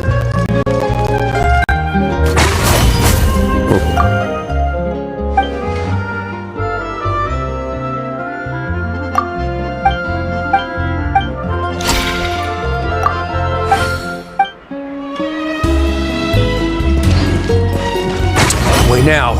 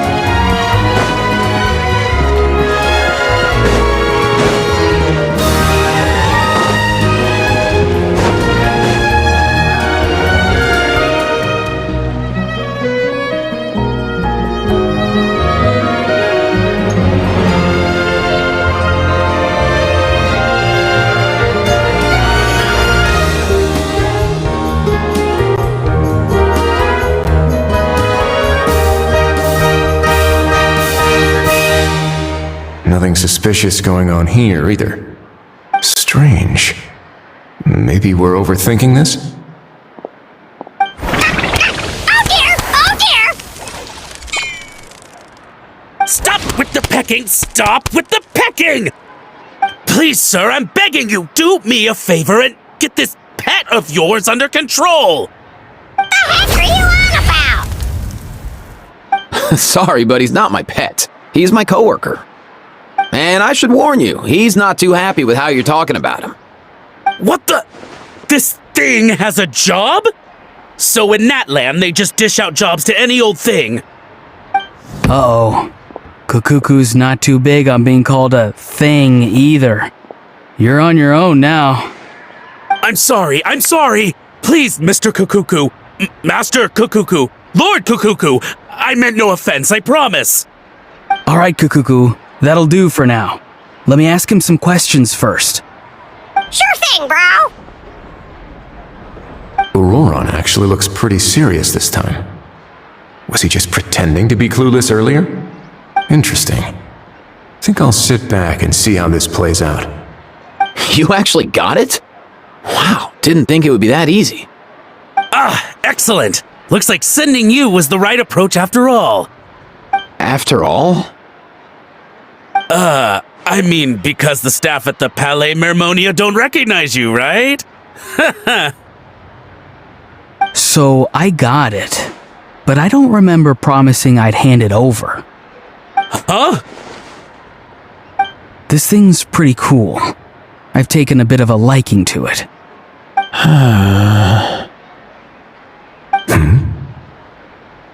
Please don't do this, my good sir, my master, my lord. My very life hangs in the balance. His life hangs in the balance? If this means so much to you, what are you gonna offer me in return? Are you trying to get him to say my life? How'd you know that? Because I watched that film with you. You should drop the act. We don't want a real misunderstanding in our hands. You're probably right. But honestly, I don't know what else to say. Sorry, this is the most myself I can be. Is that enough? Enough. More than enough. Who's this dude? Just think of me as a staff member from the Palais Mermonia. Now, if you don't mind, I have some questions for this gentleman about that life or death treasure you were just discussing. Truthful answers appreciated, of course. Oh no, I'm toast now. What's that supposed to mean? You don't think the Palais Mermonia has the ability to protect our citizens? No, I mean, yes, of course they do. Please ask away. I could do that. But I'd rather you just tell the whole story, from the beginning. I suppose I only have myself to blame. Such a rare antique, I couldn't resist. I'm a collector of antiques. Nothing excites me more than rare, old relics, and to be completely honest, if someone's selling, I'm buying. I don't care to ask where they sourced their goods. As for the seller of this particular item, well, I've never met him in person. We've had some prior dealings, but always under the cover of coded ads in some shady tabloids. Lost and found notices, missing person ads, that sort of thing. As long as I took care to hide a time and place somewhere within the text, then slipped some mora into the envelope before submitting the ad, it would get published. And that was that. No fuss, no trace. Simple, right? Normally, everything goes off without a hitch. But this time, I arrive at the pickup spot expecting a discreet in and out, and instead, I find a whole construction crew at work. That was not what we'd agreed, but I couldn't just let it go, so I reached out to him again the same way as usual. He replied, and do you know what he said? He told me that the item's now in the Palais Mermonia. Well, he wasn't lying about that. He insisted that it would be inconvenient for him to make an appearance himself, but said that if I could somehow find a way to retrieve it from the Palais, he'd give me a discount on the price. Of course it wasn't the discount that swung it. Do I look like I'm strapped for cash? Feeling smug now, are we? Feeling smug now, are we? No, please go easy on me. Go on. Where was I? Well, anyway, I thought to myself, seeing as the item itself came from Natlan, it would make more sense if I could find someone from there to go retrieve it. And by a stroke of complete and utter coincidence, I just so happened to see these two young folks wandering around, so I'm so very sorry I underestimated the pair of you. I need you to clear something up for me. You haven't paid the seller yet, correct? And yet he told you to collect the item from the Palais Mermonia. Was he not worried that you just split afterwards? Well, to be honest, though I can't claim to know him very well, he, on the other hand, seems to know my name and where I live. Besides, this is a guy who managed to get his hands on an ancient Natlanese weapon. That's probably not the kind of person I want to double-cross. Fair. That makes sense. So, Mr. Please, just call me Argento. All right, Mr. Argento. Listen very carefully to what I'm about to say. It will determine how much of the rest of your life you'll be spending beneath the waves. What does he mean? Is he gonna drown him just like they do in those gangster films? Oh, I get it. He's talking about that place at the bottom of the Fontanian Sea. Shh, can it? Owing to your suspected involvement in the illicit trade of Natlanese relics, you're now one of the suspects in an international smuggling case. A trip to the Opera Epiclese seems unavoidable at this stage, but on the bright side, you still have one chance to make things right. Okay. Do I really? Please tell me what to do. It's very simple. Just reach out to your seller in the same way as usual, arrange to meet, bring the money, and make the deal. Just be sure to let me know all the details. I'm talking time, place, the whole lot. If we can catch the other party by doing this, you'll have gone some way toward redeeming yourself. Understand? Oh, I see. I understand. You shall have my full and unadulterated cooperation. Good. Don't break the law, and don't even think about making a run for it. The Palais Mermonia will be watching you and ensuring your safety. All right, take the box, but leave your ID and other documents behind. You can go now. As for you two, protocol dictates that I should take you both back to the Palais and have you sign a confidentiality agreement. But that would take a lot of time and effort. Such a hassle, bro! See, Mr. Kakuku knows exactly where I'm coming from. So, I was thinking, since you're all friends of the Traveler... I understand, sir. We got dragged into this by accident, and it has diddly squat to do with us. And out of respect for the Traveler, we won't say another word. Oh, I know this part. We better keep our mouths shut or we'll both be sleeping with the fishes in the tailor-made pair of cement shoes. In that case, I understand completely. Not exactly what I was going for, but if that's how you want to understand it, then be my guest. Then it's settled. Thanks for your help.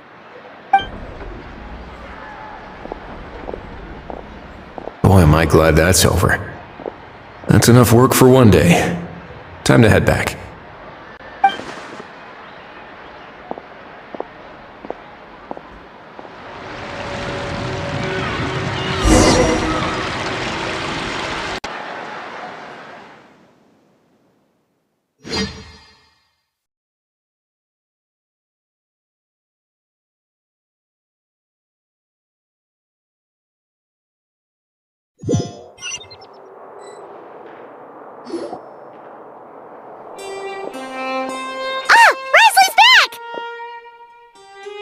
Judging by your expression, it must be good news, huh? It went smoothly, on the whole.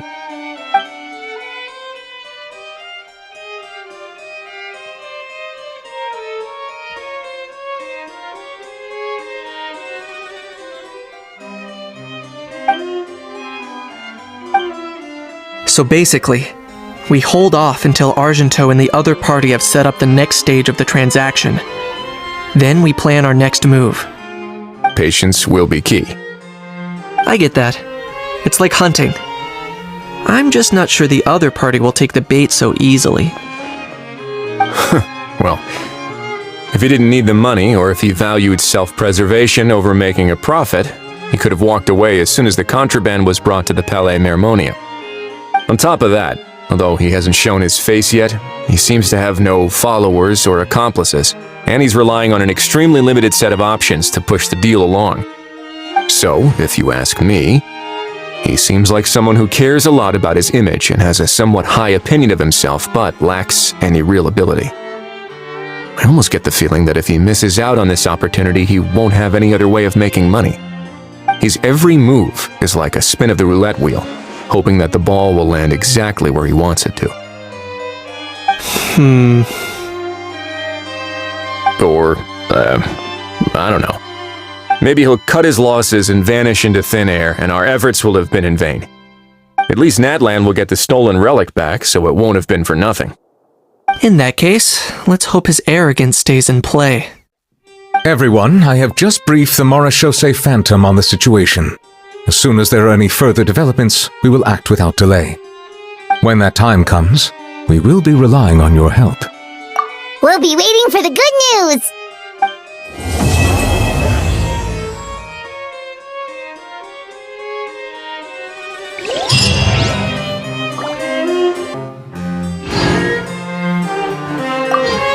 On the topic of kidnapping cases,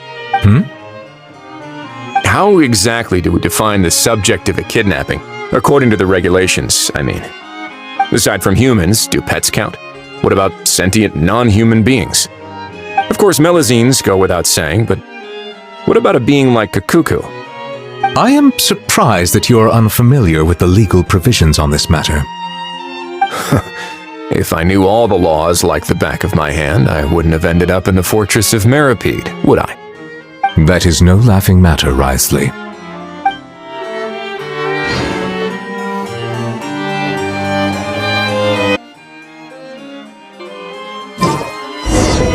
Nouvelette sent someone to contact us this morning! That must mean there's been some progress! No time to waste! Let's head out!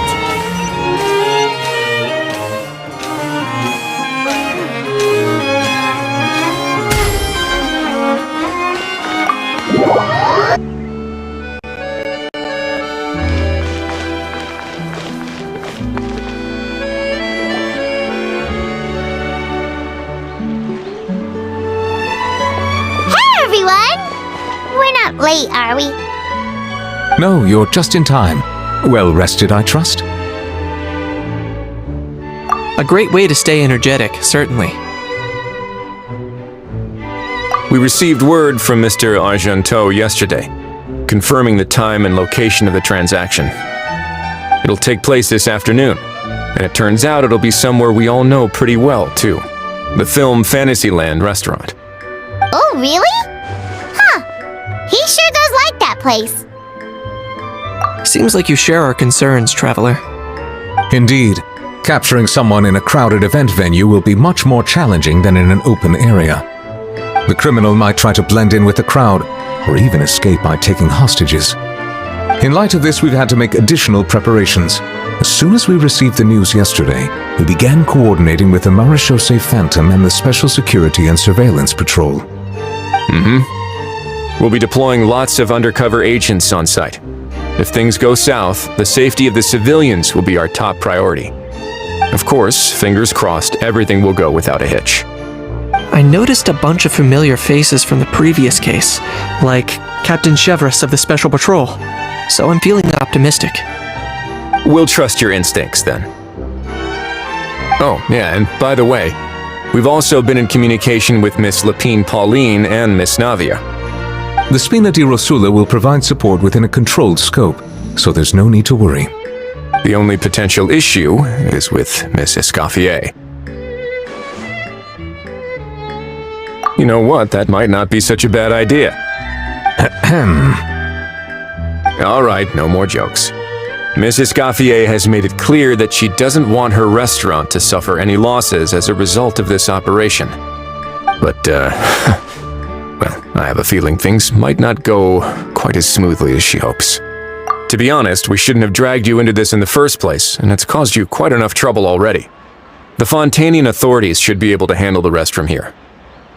But still, I'm guessing you'd like to see how it all turns out. Well then, feel free to head down to the scene, but just stay alert and play it by ear. You won't necessarily have to do anything, unless things go pear-shaped, of course. I'll do my best to ensure that things don't escalate to that point. Of course, There is still a lot of unanswered questions, but our intel so far indicates that the culprit's from Natlan. Plus, I'm already a witness in this case. Might as well see this thing through to the end. That's the Kanichi we know and love!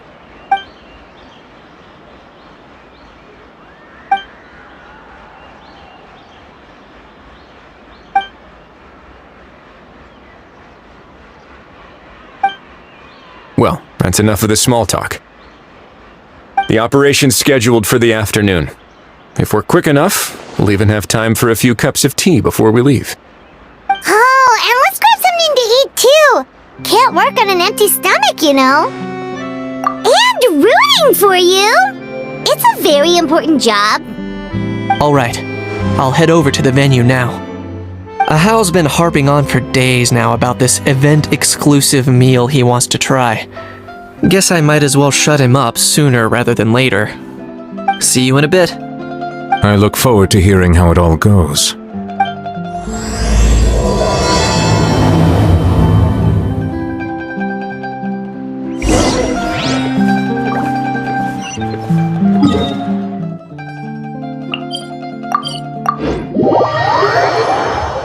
Livelier by the day!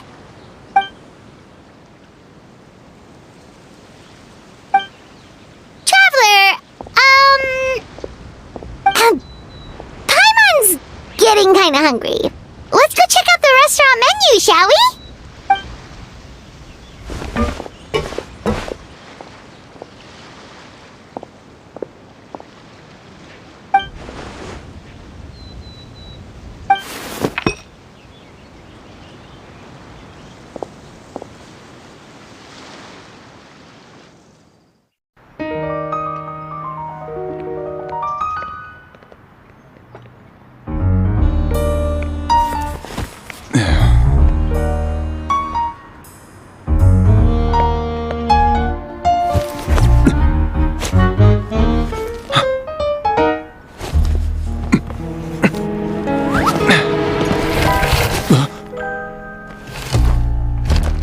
Your friend thought you might be thirsty. Won't you stay and drink it?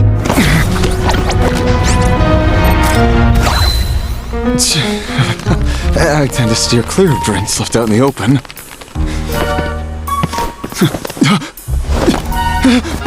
You're surrounded! Give up and come with...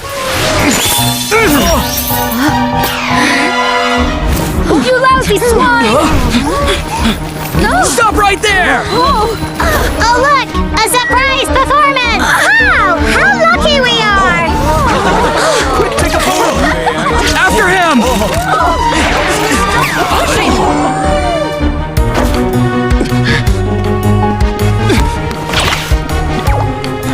Sorry, my guy. Unlicensed and illegally docked. This boat's not going anywhere.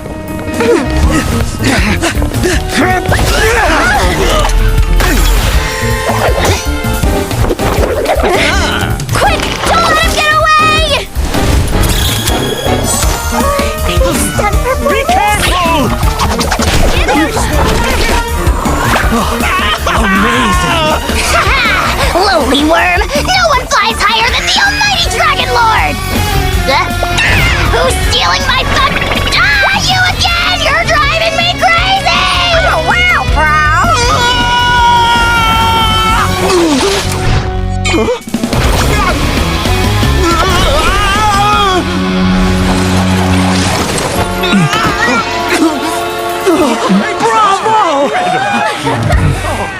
All right, that's a wrap.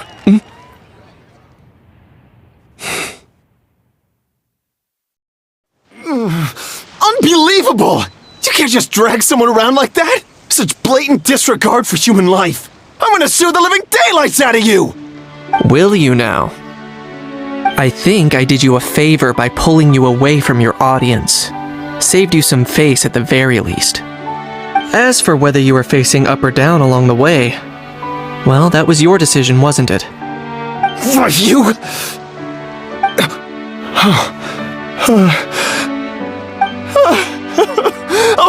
All right, I admit it. I was in the wrong.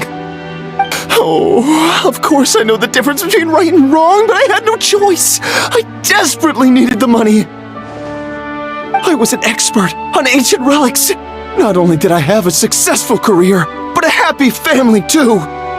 But my son, I never imagined he'd turn out this way. Fell in with the wrong crowd and ended up shoulder deep in gambling. We had some savings, but he drained them away like a waterfall. Once he fell into debt, he had creditors regularly coming over to threaten and intimidate him.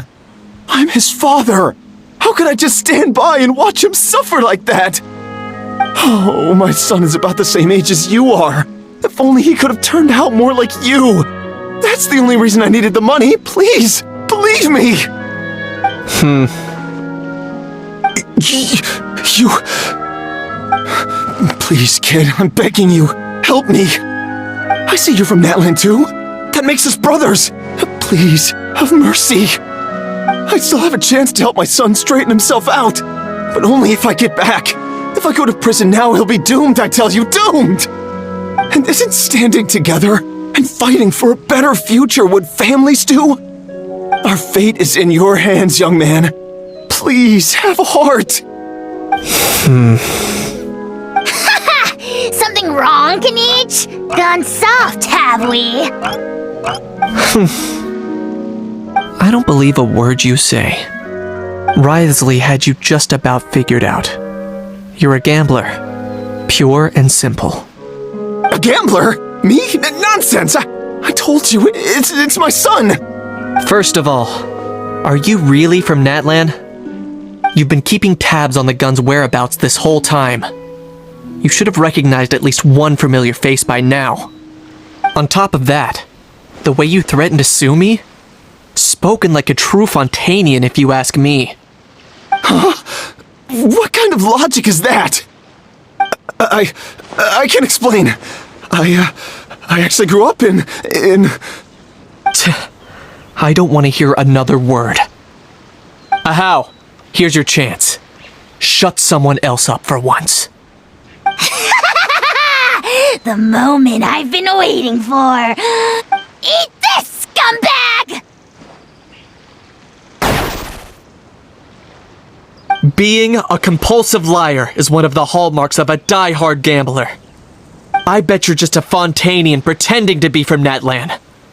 Even if you have any friends or family to speak of, I'm guessing they've long since cut all ties with you. And you have your depraved ways to thank for that. Of course, I might be wrong. But does that matter? I'm just here to arrest you. If you're looking for an advocate or a shoulder to cry on, you're out of luck. Besides, prying the truth out of you is exactly what your beloved courts are for. Isn't that right?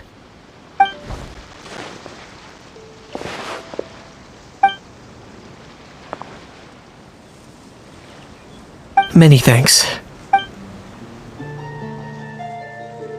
And me? What about me?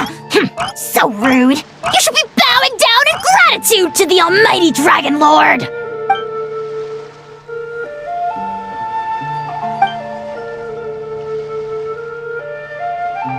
Hey, what do you mean? Hold it right there! Don't worry. I'm fine. I wasn't the one who just got dragged all the way here. Little Kanich, thinking back to when you were just an itty-bitty boy, Kanich, aren't ya? Aw, don't start crying like a little baby. I am the almighty Dragon Lord! No servant of mine will be seen acting so weak and pathetic in public! What are you on about? Still, I suppose there's no point hiding it from you. To put it plainly, I can't stand gamblers. They're the most irresponsible people in the entire world. No respect for the principle that you have to give in order to get. They'll tell 1,000 lies for a single coin, deluding themselves into thinking they can use it to gamble their way to a vast fortune. But we all know that even when it looks like you're getting something for free, there's always an unseen cost. In the past, I also ended up paying a price for my father's gambling losses. I don't want anyone else to end up in a similar situation if I can help it. Don't feel sorry for me. I certainly don't feel sorry for myself. They say that people are shaped by their past, and since I've made it this far, I must have done a lot of things right. We should never punish ourselves for the mistakes of others. Instead, I choose to remember the moments that helped me grow. Like when I first learned to use a grappling hook, or the very first time I yearned for knowledge. Yeah, I believe you. Let's get going. If we don't head back soon, we'll cause more unnecessary worry.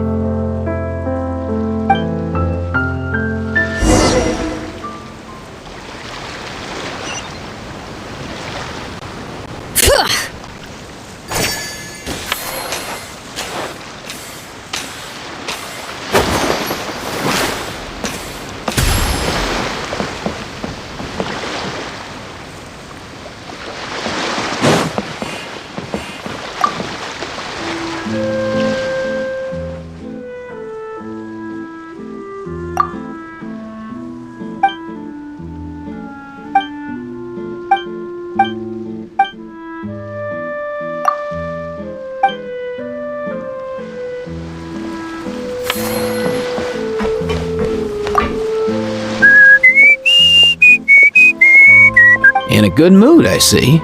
Yep. Seeing my dear vegetables all settled in right where they belong brings me great joy. You sound like a proud parent. I'm happy for you, bro. But given how where they belong is inside a cooking pot, that kind of fills me with dread at the same time. Nice to meet you, bro. The heck are you on about? Does this really seem like a good time for nice to meet you? I guess he's referring to the meeting of the vegetables in the pot. You got it, bro.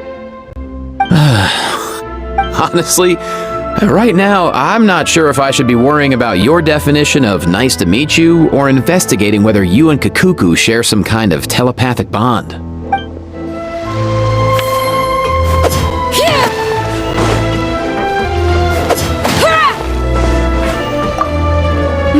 That unique aroma.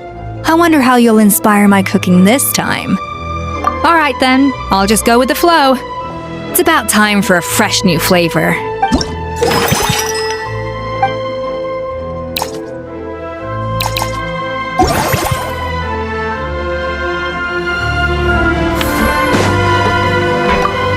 You've got this park off to a great start, partner. The ball's really starting to roll, huh? I can't wait to see how it'll all turn out. How exciting!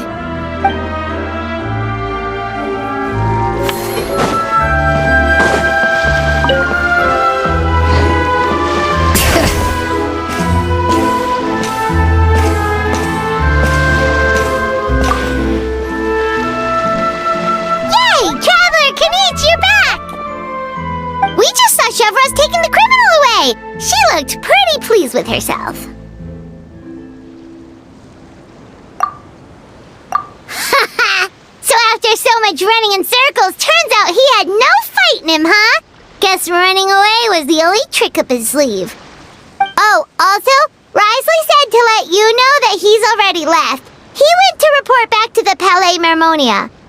Apparently, the Mari show say Phantom's preparing to carry out an in-depth investigation into illegal gambling activities.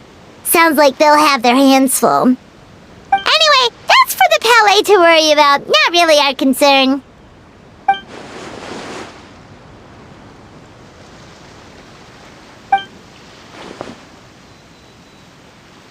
Hey, it's not like you to give up so easily, Charlotte.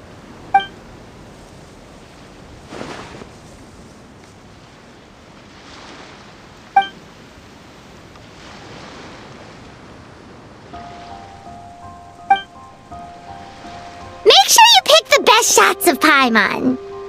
Oh, already gone. Hope she heard that. Yeah, you're right.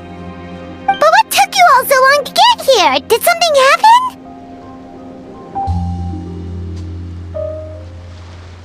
What? Rumors and slander! the almighty Dragon Lord. How ever sunk to such sniveling? Often, actually. To be honest, I haven't decided yet. At the moment, I've got nothing urgent to get back for. And, in any case, the court might need me to testify again. Plus, that gun's still a key piece of evidence. I'll probably have to wait until the case is closed before I can return it to Natlan. So, I guess I'll be sticking around to enjoy the beach a little longer.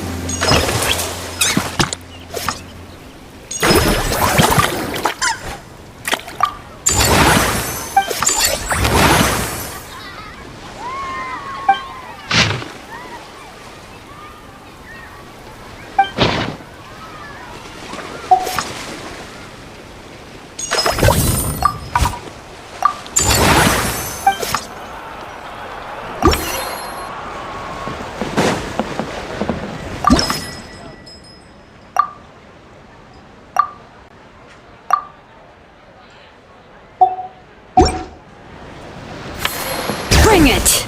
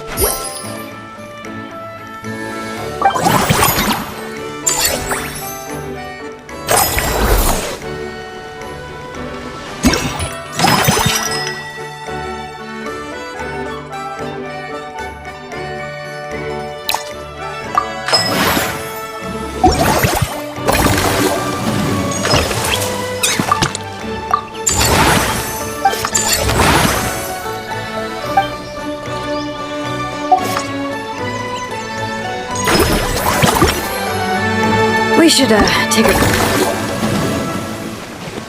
break after all that running around.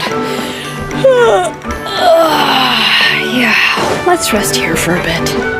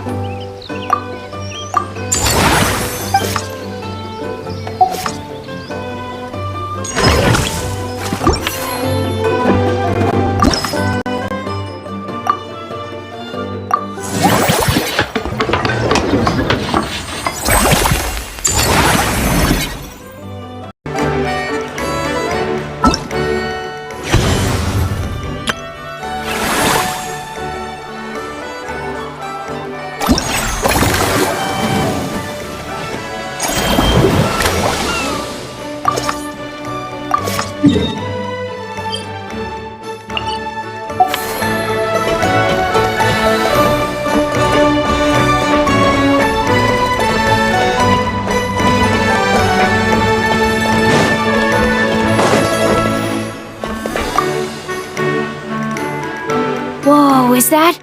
Our hero, the Traveler? And Paimon, too! Oh, I guess I shouldn't be too surprised. Mrs. Coiffier already told me you were the big boss here. But when I saw you just now, I forgot myself for a moment. Technically speaking, the Cheval Moran Film Fantasyland doesn't even have a boss, does it? Isn't it the idea that everyone works together to make it as successful as possible, and then we all share the profits? But, wait a sec. Why are you here, Veressa? Well, officially, I'm here to promote my brand. Not long ago, Mrs. Coiffier placed an order with me for her restaurant, as she often does. In her letter, she mentioned that showcasing my orchard's products at the festival would boost sales and help build my brand recognition. After talking it through with my parents, I decided to give it a shot. Now that I'm done with the restaurant's ingredient order, I plan to sell the rest of my fruit directly to guests to help quench their thirst, of course. The thought of enjoying fresh fruit from Natland here in Fontaine does sound pretty appealing. But with this many customers, wouldn't it be exhausting to watch the stall all day? Huh? Am I supposed to be watching the stall the whole time? There's an attraction over there called Movie Masterpieces, right? I heard some of the challenges are based on famous films. Some of those films have even been adapted into great comics. I'd love to go give it a try. So, you're not doing any business at all? Back in the Collective of Plenty, I'd just set up a sign with the fruit prices, place a weighing scale and a coin jar to one side, then let people pay on their own. When closing time came around, I'd wake up and check the accounts. Not a single Mora has ever gone missing. To be fair, that does sound nice. People in the Collective of Plenty are a law-abiding bunch. No one would even think about taking something without paying.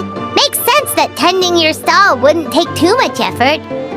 Fontanian customers are no doubt trustworthy too, but let's just say they're not used to self-service shopping. Plus, if you just leave the stall unattended as a Natlanese merchant, people here might think you're gone for good. In that case, I'd better start acting the part. But I'll need to buy some things in the city before I officially open for business. I promised to bring back some Fontanian clockwork mecha for Kochi-an-san. Oh, and I also wanted to try a few rounds of movie masterpieces. After that, I should be able to focus on my business without getting distracted. We might not be locals, but we've explored Fontaine quite a bit. We know our way around pretty well. In that case, give me a moment to get some extra fruit, a price list, and my coin jar set up. I get to go shopping with the Traveler! Nice.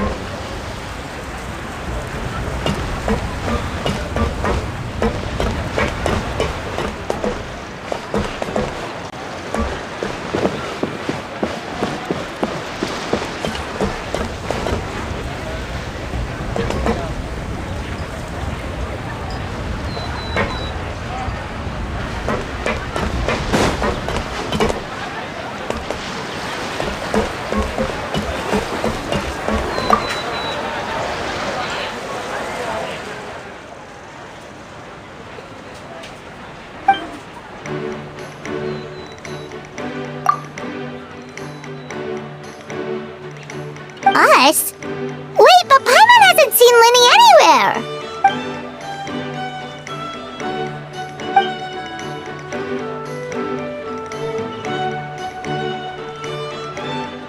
All of them? That's some serious dedication right there.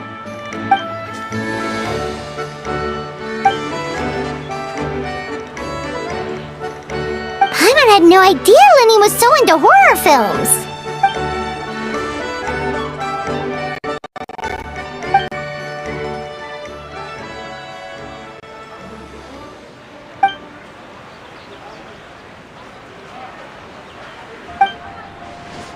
Well, that's a side of Linny we've never seen before.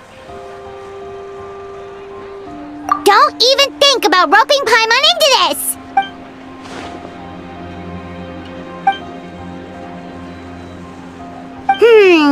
Sounds like eclectic escapades would be more to your liking then. Want to give it a try?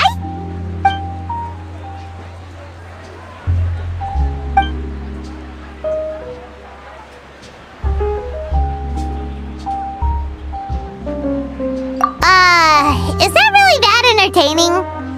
Still, if you're interested in the attraction, why not become a consultant? That way you'd get to see more of the visitors' reactions too!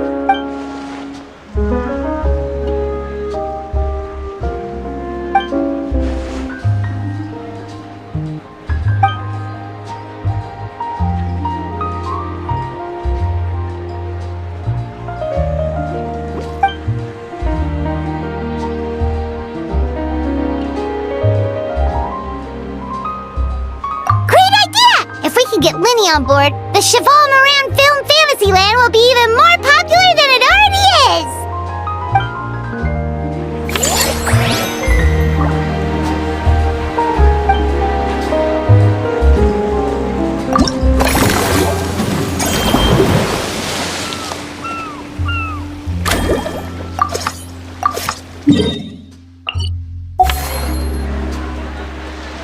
Take me up!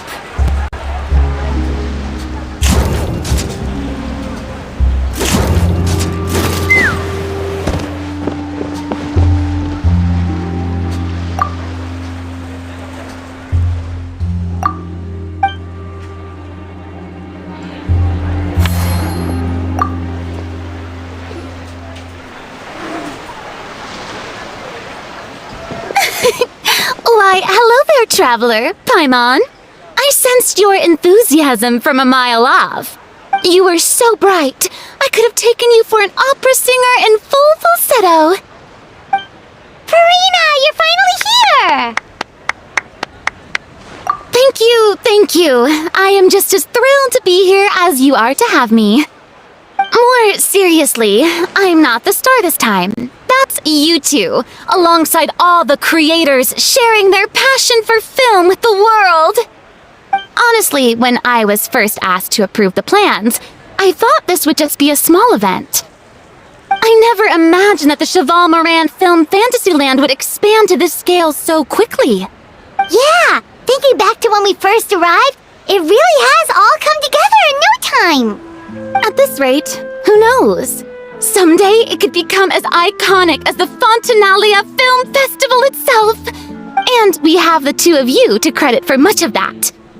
I've suggested to several renowned directors that we award you the title Pioneers of the Film Industry. In contrast to the Furina Award, which is more of a public honor, this title is a mark of true recognition from within the industry itself, a reflection of both outstanding achievement and hard work. Wow, even you're getting serious now. Come now, no need for any of that. Just relax and enjoy the moment. Speaking of which, I've actually been preparing a little survey. How about we randomly select some visitors to give us feedback about the park? Did Paimon hear that right? Furina carrying out a customer satisfaction survey?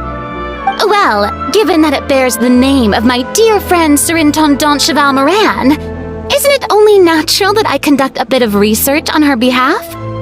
Besides, the more famous a star becomes, the more important it is to stay in touch with reality, no?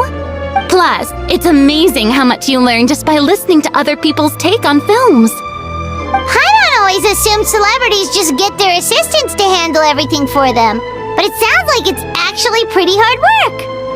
Then again, maybe Furina's just an outlier.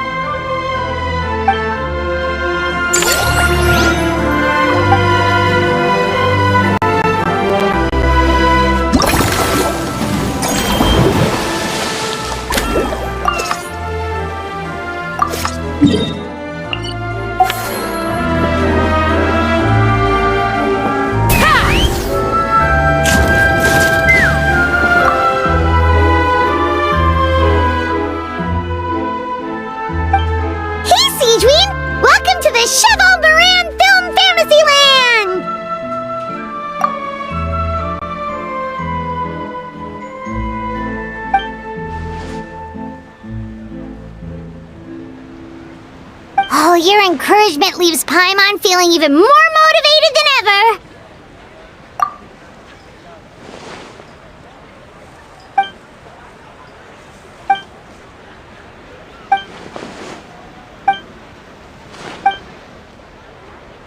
But now they've got films to watch. Even the ones who used to cause trouble might settle down a bit, right? We have our very own animal-themed area, by the way. We call it Mellow Manor. Customers are calling it the most relaxing place in the park.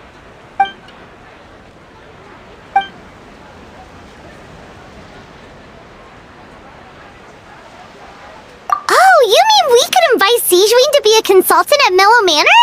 Now that you mention it, that sounds like a great idea! Sigewinne's great at caring for people, and she's so warm and gentle. Looking after animals should be a piece of cake! Yeah, like someone who gives advice and tells the park staff how to do their jobs better. The workload won't be too heavy, but it's important work. Besides, you'll mostly be playing with the animals.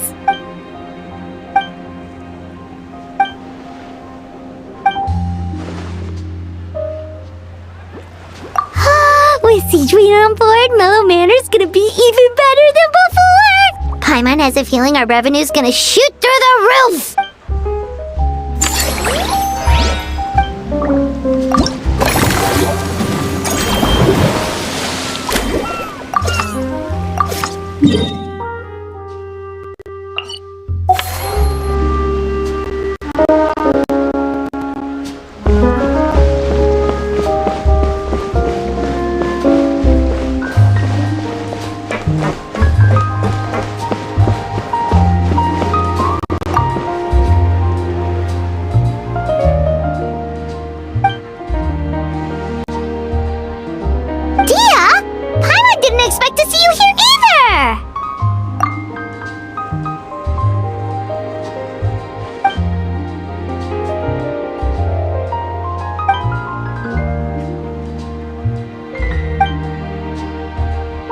Guess that's not scenery most Fontanians see every day, huh?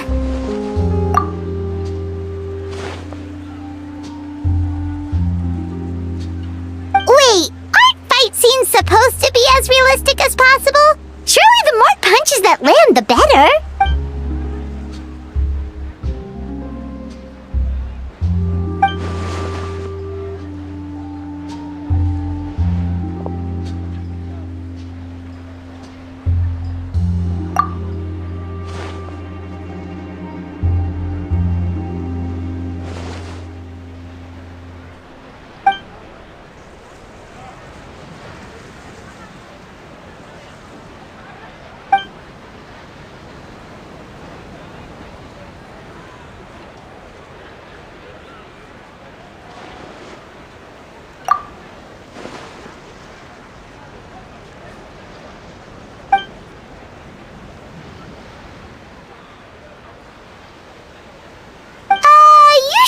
Okay.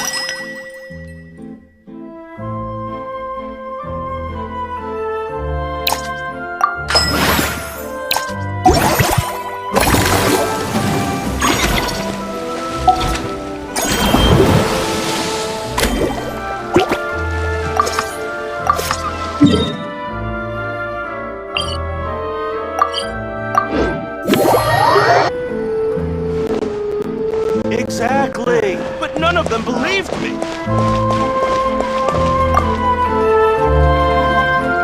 Hello, boss. I'm from the Collective of Plenty.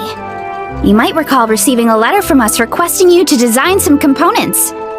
Wait a sec. Why does the Ansan need clockwork mecha?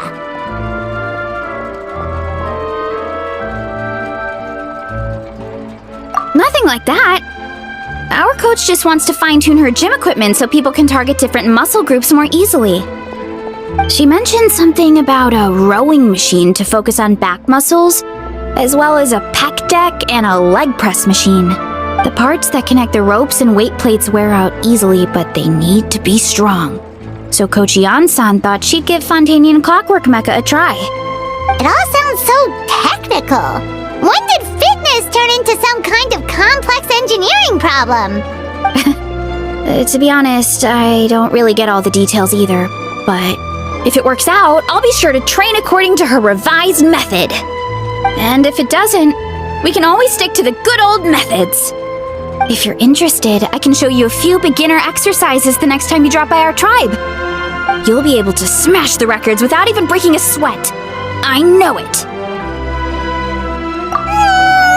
I'll pass on that one. She'll be rooting for you from the sidelines, though. You can always try the equipment we keep for little Saurians, Paimon. As long as you start out with the super light weights, you'll be fine. Weight training's for everyone, you know. As long as you put in the effort and keep it, anyone can develop rock-solid muscles. No!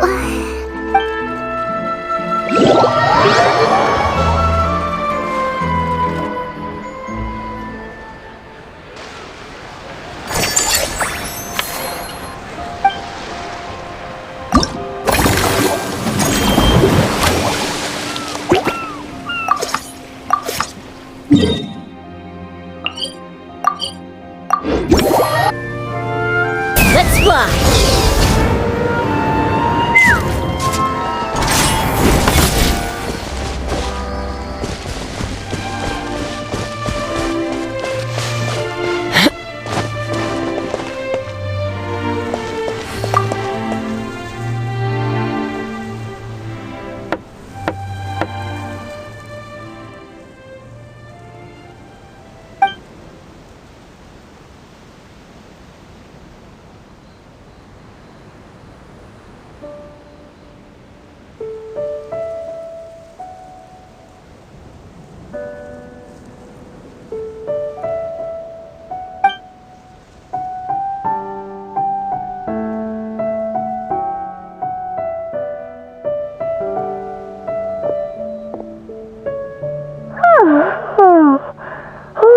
Delighted to hear that you've been enjoying yourself, but I need to concentrate on this film for now.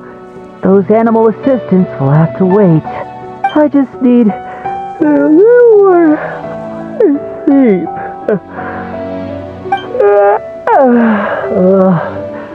Every time I close my eyes, I keep thinking of new tricks. So tired. Can't sleep, but can't get up either. That's right, Lenny. A change of pace should stop your mind from wandering. Wait, Traveler? Paimon? You two are here as well?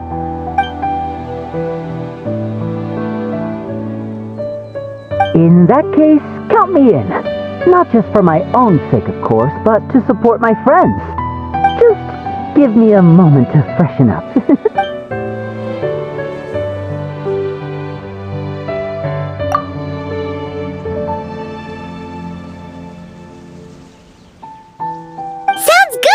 Getting Lenny to cheer up and visit the amusement park's surely our greatest success yet!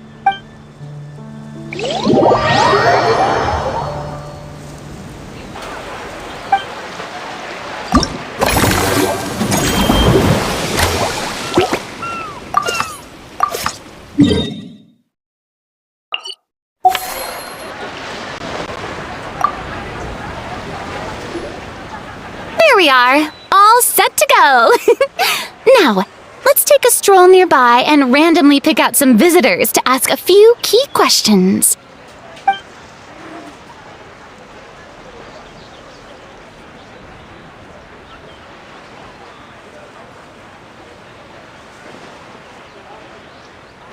These suggestions are surprisingly detailed.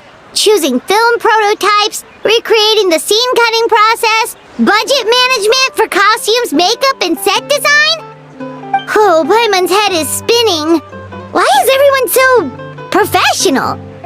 Also, nearly every single person we spoke to said they wanted to see Lady Farina perform. Your popularity is off the charts! To tell you the truth, I've no plans to perform this time around. Any star worth their salt knows their role. When I take center stage, all the spotlights are on me, and rightly so. But as a guest, I should step back and let others shine. So instead of performing myself, I'd prefer to support you from behind the scenes. Perhaps as a consultant for one of your attractions, for instance? Hey, that's right!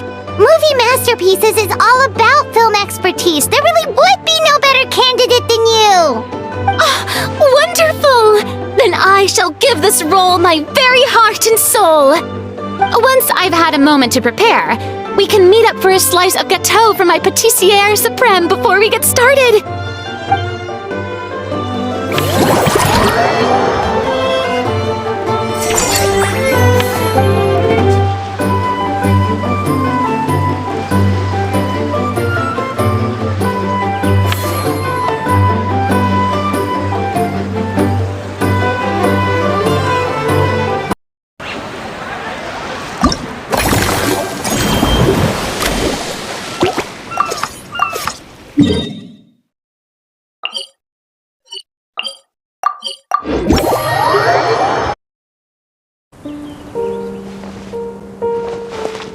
Take me up!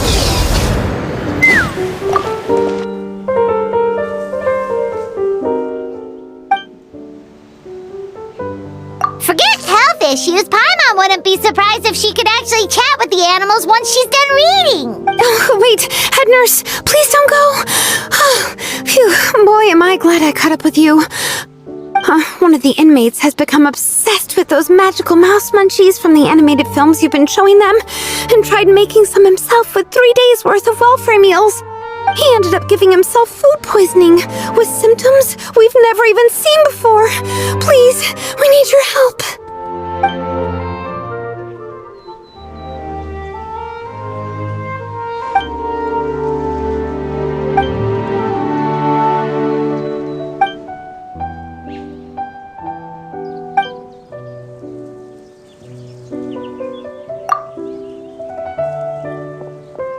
Sijui sure has it tough. Not only does she have to worry about taking care of her patients, she also has to clean up after those troublemakers. Why don't we prepare something tasty for her? It might help lift her spirits.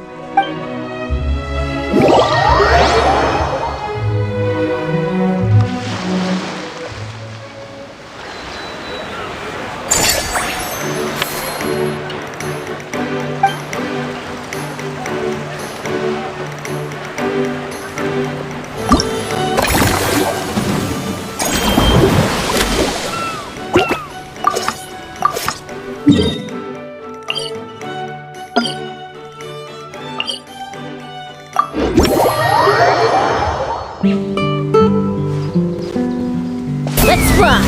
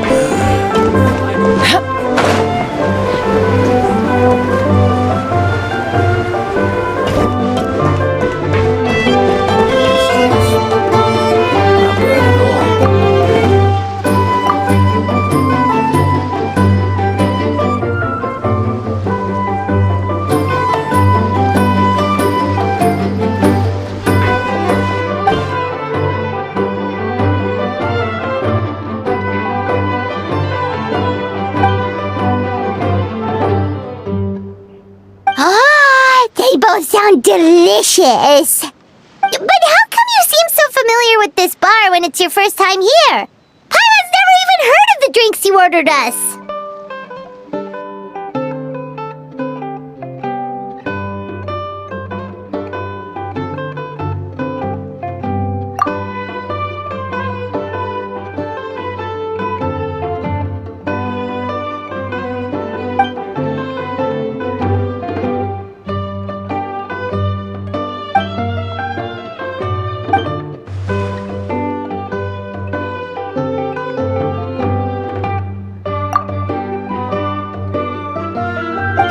Where do we begin? Literally everything that's happened has been pretty incredible, if you think about it.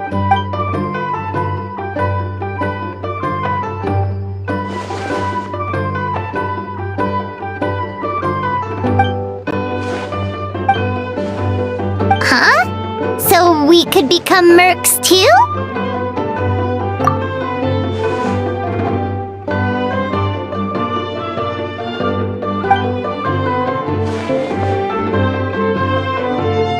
Actually makes a lot of... Who knows? Maybe we'll find jobs where we can help a lot of people while also bringing in a nice chunk of Mora. Wouldn't hurt to build connections with Dia's Eremite friends either, would it?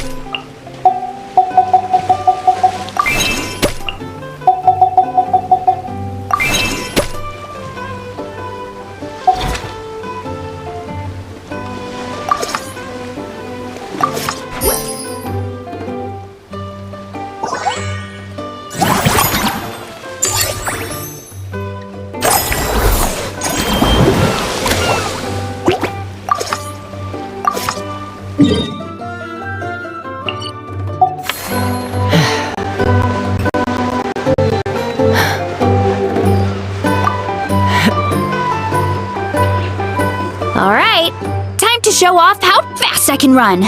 I'm gonna go have a blast, then come back, calm down, and focus on running my fruit stall.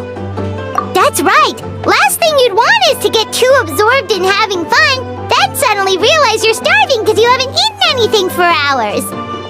Funnily enough, Paimon can think of someone else with a bad habit of getting so into things that they forget to eat. No matter how busy you are, nothing's more important than staying well-fed, hydrated, and healthy. No need to worry about me, guys. I do a lot of long-distance running, so I always make sure to bring some food and water with me. This time is no exception.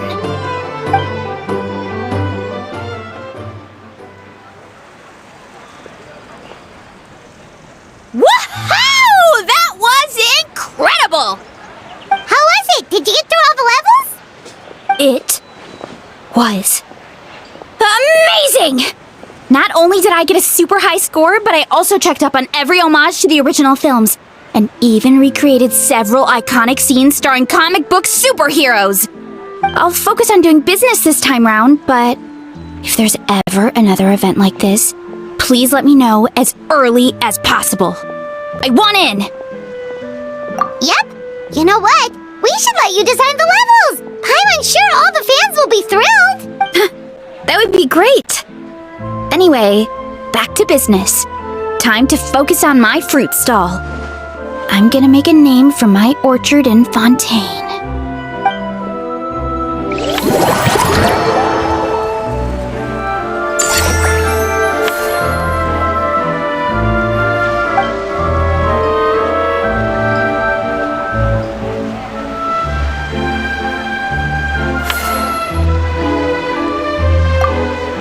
Seeing how happy everyone is here, I can't help smiling myself.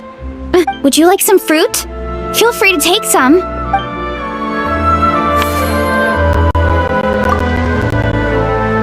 Seeing how would you like some?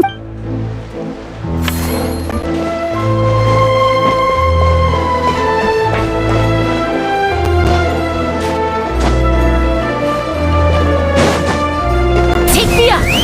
Yeah!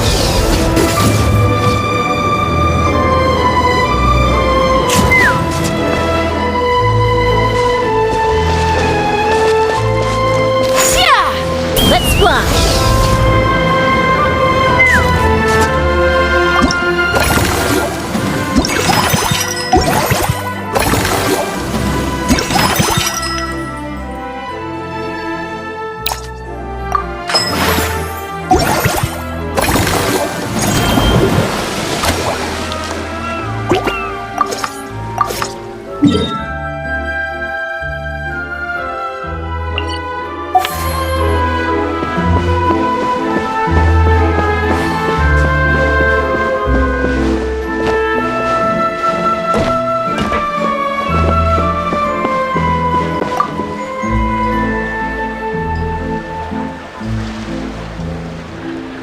Thanks for inviting me to come down, you two.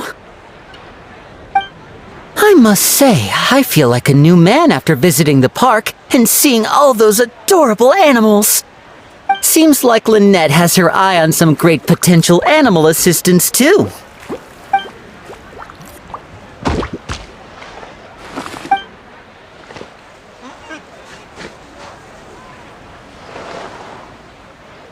Oh, and did you see those weird mushrooms? Can we take home a few of those as well? That might not be possible. These fungi have been specially trained, you know? They're like the stunt actors of the elemental world.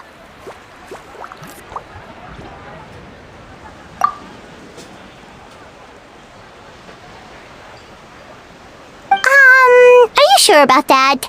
Paimon's pretty sure we've never seen a cat anywhere near as big and as soft as a fungus.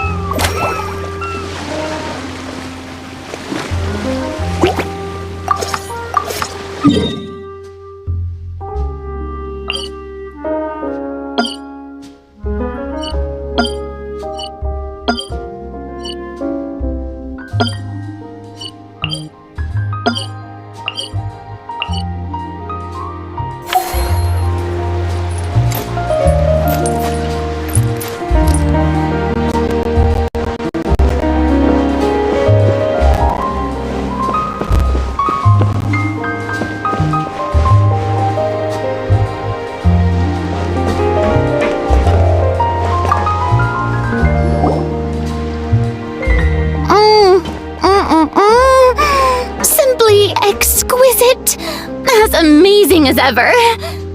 Escoffier, have you ever considered starring in your own film? I can see it now. Val's en cuisine. A riveting tale about the art of extreme cooking. I'm sure it would be a hit. As it happens, I'm already doing something similar. A brand consultant has been filming my training sessions with students and incorporating them into films about Fontainian cuisine. Oh, no. No. A documentary won't do. I'm talking about something with a bit more drama. Your experiences as a chef could be turned into a scintillating story. In fact, I'll even write it myself. Before you finalize it, please let me review the culinary terms, especially when it comes to how ingredients are handled, the timings and the quantities. Great! It's settled then. And actually, I think I'd like to bring in the Traveler and Paimon as directors. Something tells me that the three of you working together would really get the creative sparks flying. We could create something truly magical here. No problem! That said, now that we've been granted Director Farina's approval, we'll really have to step up our game.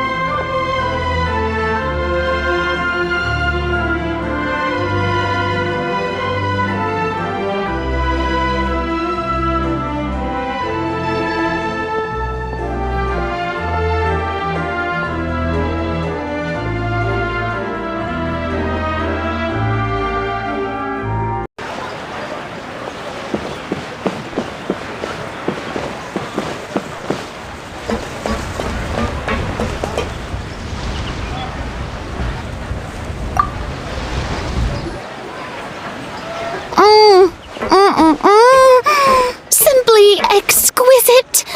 As amazing as ever. Escoffier, have you ever considered starring in your own film? I can see it now. Val's en cuisine. A riveting tale about the art of extreme cooking. I'm sure it would be a hit. As it happens, I'm already doing something similar. A brand consultant has been filming my training sessions with students and incorporating them into films about Fontainian cuisine. Oh, no. No. A documentary won't do. I'm talking about something with a bit more drama. Your experiences as a chef could be turned into a scintillating story. In fact, I'll even write it myself. Before you finalize it, please let me review the culinary terms, especially when it comes to how ingredients are handled, the timings and the quantities. Great! It's settled then. And actually, I think I'd like to bring in the Traveler and Paimon as directors. Something tells me that the three of you working together would really get the creative sparks flying. We could create something truly magical here. No problem! That said, now that we've been granted Director Farina's approval, we'll really have to step up our game. Excellent! I believe in you both. The gâteau was sublime as ever, Escoffier. Now, about time we got to work. I'll start drafting the script on the side while serving as the consultant for movie masterpieces. Wish me luck!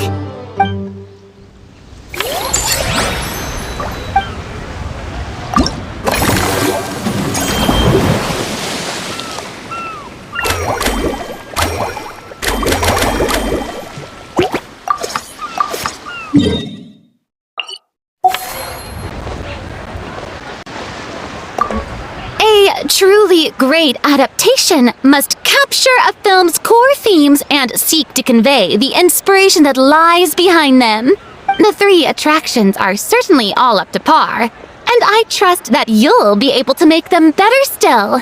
To enhance our film's aesthetic, I'd recommend a few classics for you to familiarize yourself with. Or, if you have the time, maybe we could watch them together?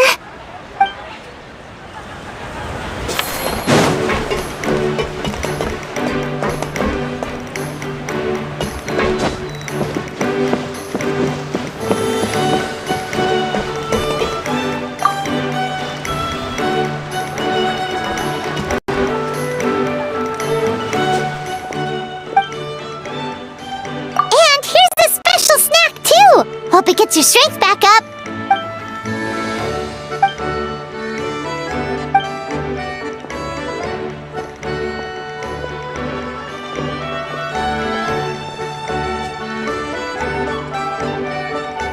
Is it because they aren't paying any attention when they're watching?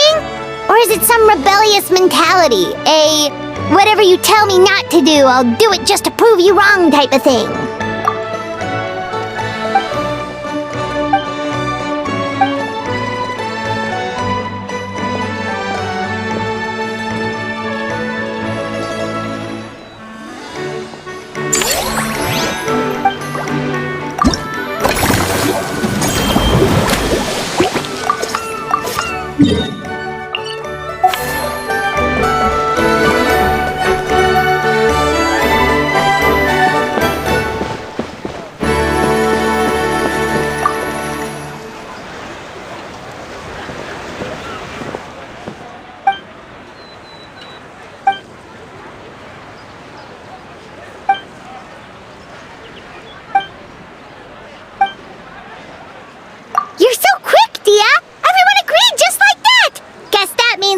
Official partners of the Blazing Beast! Hooah! Watch out, world! There's a couple of new mercs on the scene!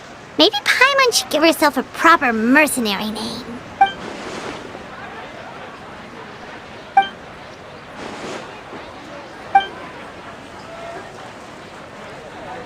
It's a deal!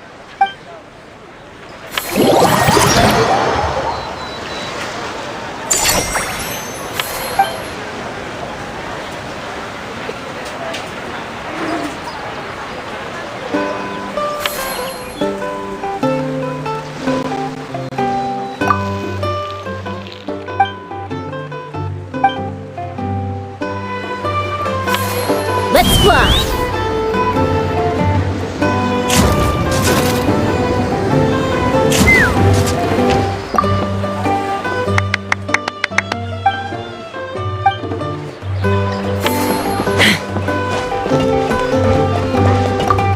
Seeing how happy everyone is here, I can't help smiling myself. Would you like some fruit? Feel free to take some.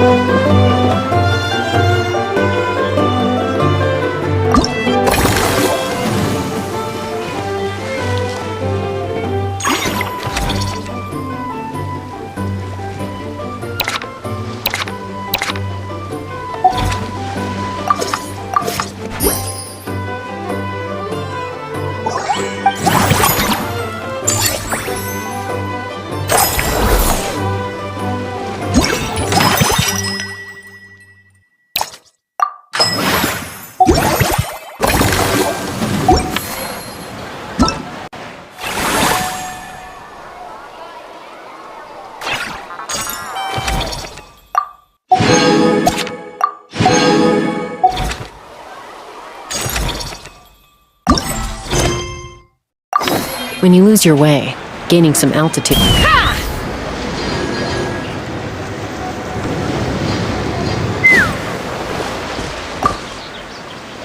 Earlier on, that lady with the pink hair took a picture of a How and Kakuku together. You sound a little disappointed. Were you hoping to be in it too?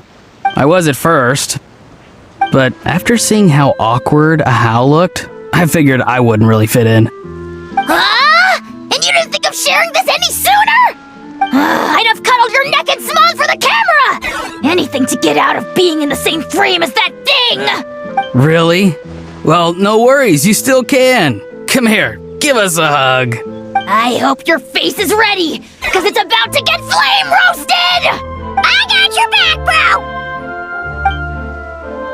Kanich, have you thought about maybe ditching that little rascal? Leaving him here for good when you leave? I have. But given that a How's also an old relic, that would probably count as international smuggling. I can't bring myself to knowingly break the law. Guess we all have our problems in life.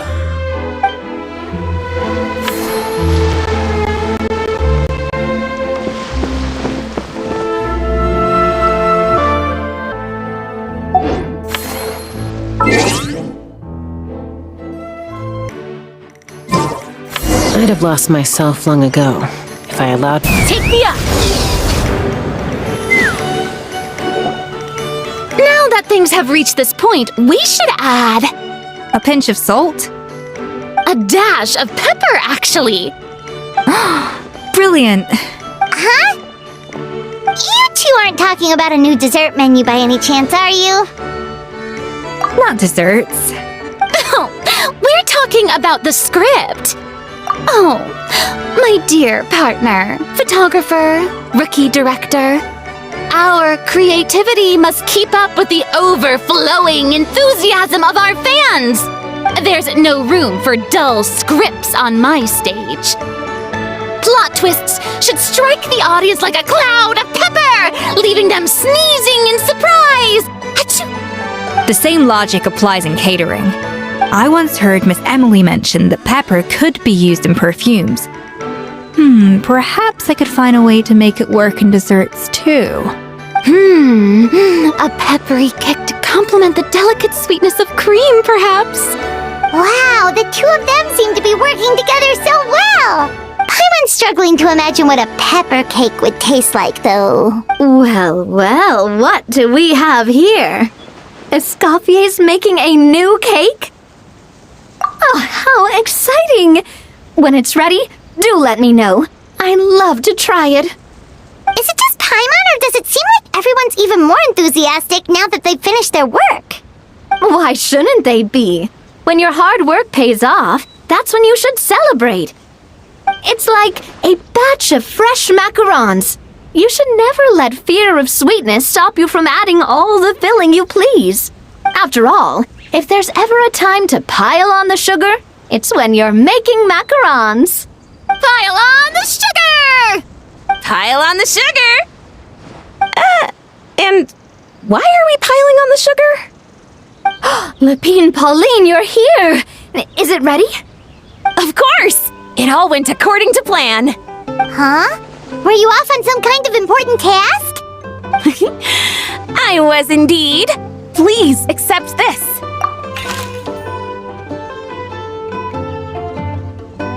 Oh, wow! It's a panoramic view of the amusement park with everyone's illustrations on it! Since the film Fantasyland has been such a success, we decided to create a unique souvenir to remember it by. We built this park together brick by brick, so we decided we'd all contribute to drawing this map together too. To be fair, it was mostly thanks to Miss Lapine Pauline. She's our expert when it comes to drawing after all. But we all did our best to leave our own marks too. That's right! And on top of that, Traveler, I'm offering you a most special privilege. You get to add a mustache to my portrait!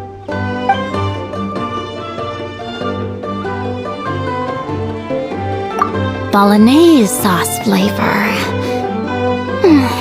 Well, that sure counts as a surprise twist. You win this round! All right then.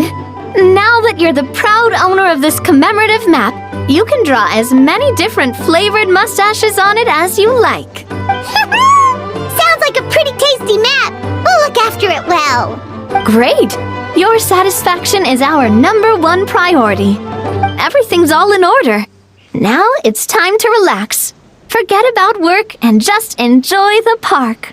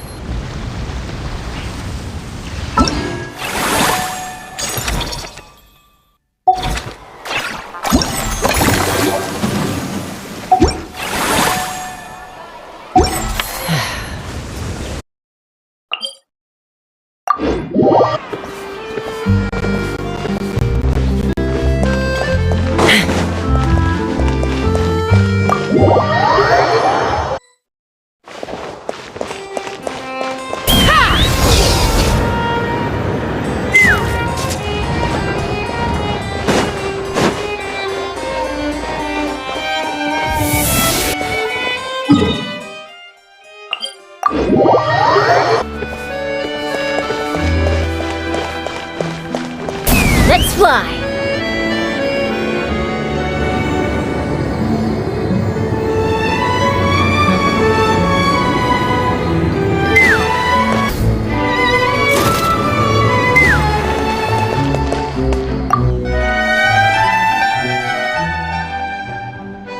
Your efforts are much appreciated. Sounds like I'm no longer needed here. Guess I'll be on my way. One moment. As a key witness, you may be called upon to attend the follow-up trial, Mr. Wriothesley. Oh no. For real, bro?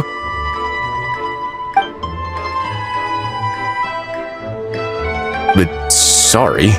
I meant, could I maybe attend anonymously?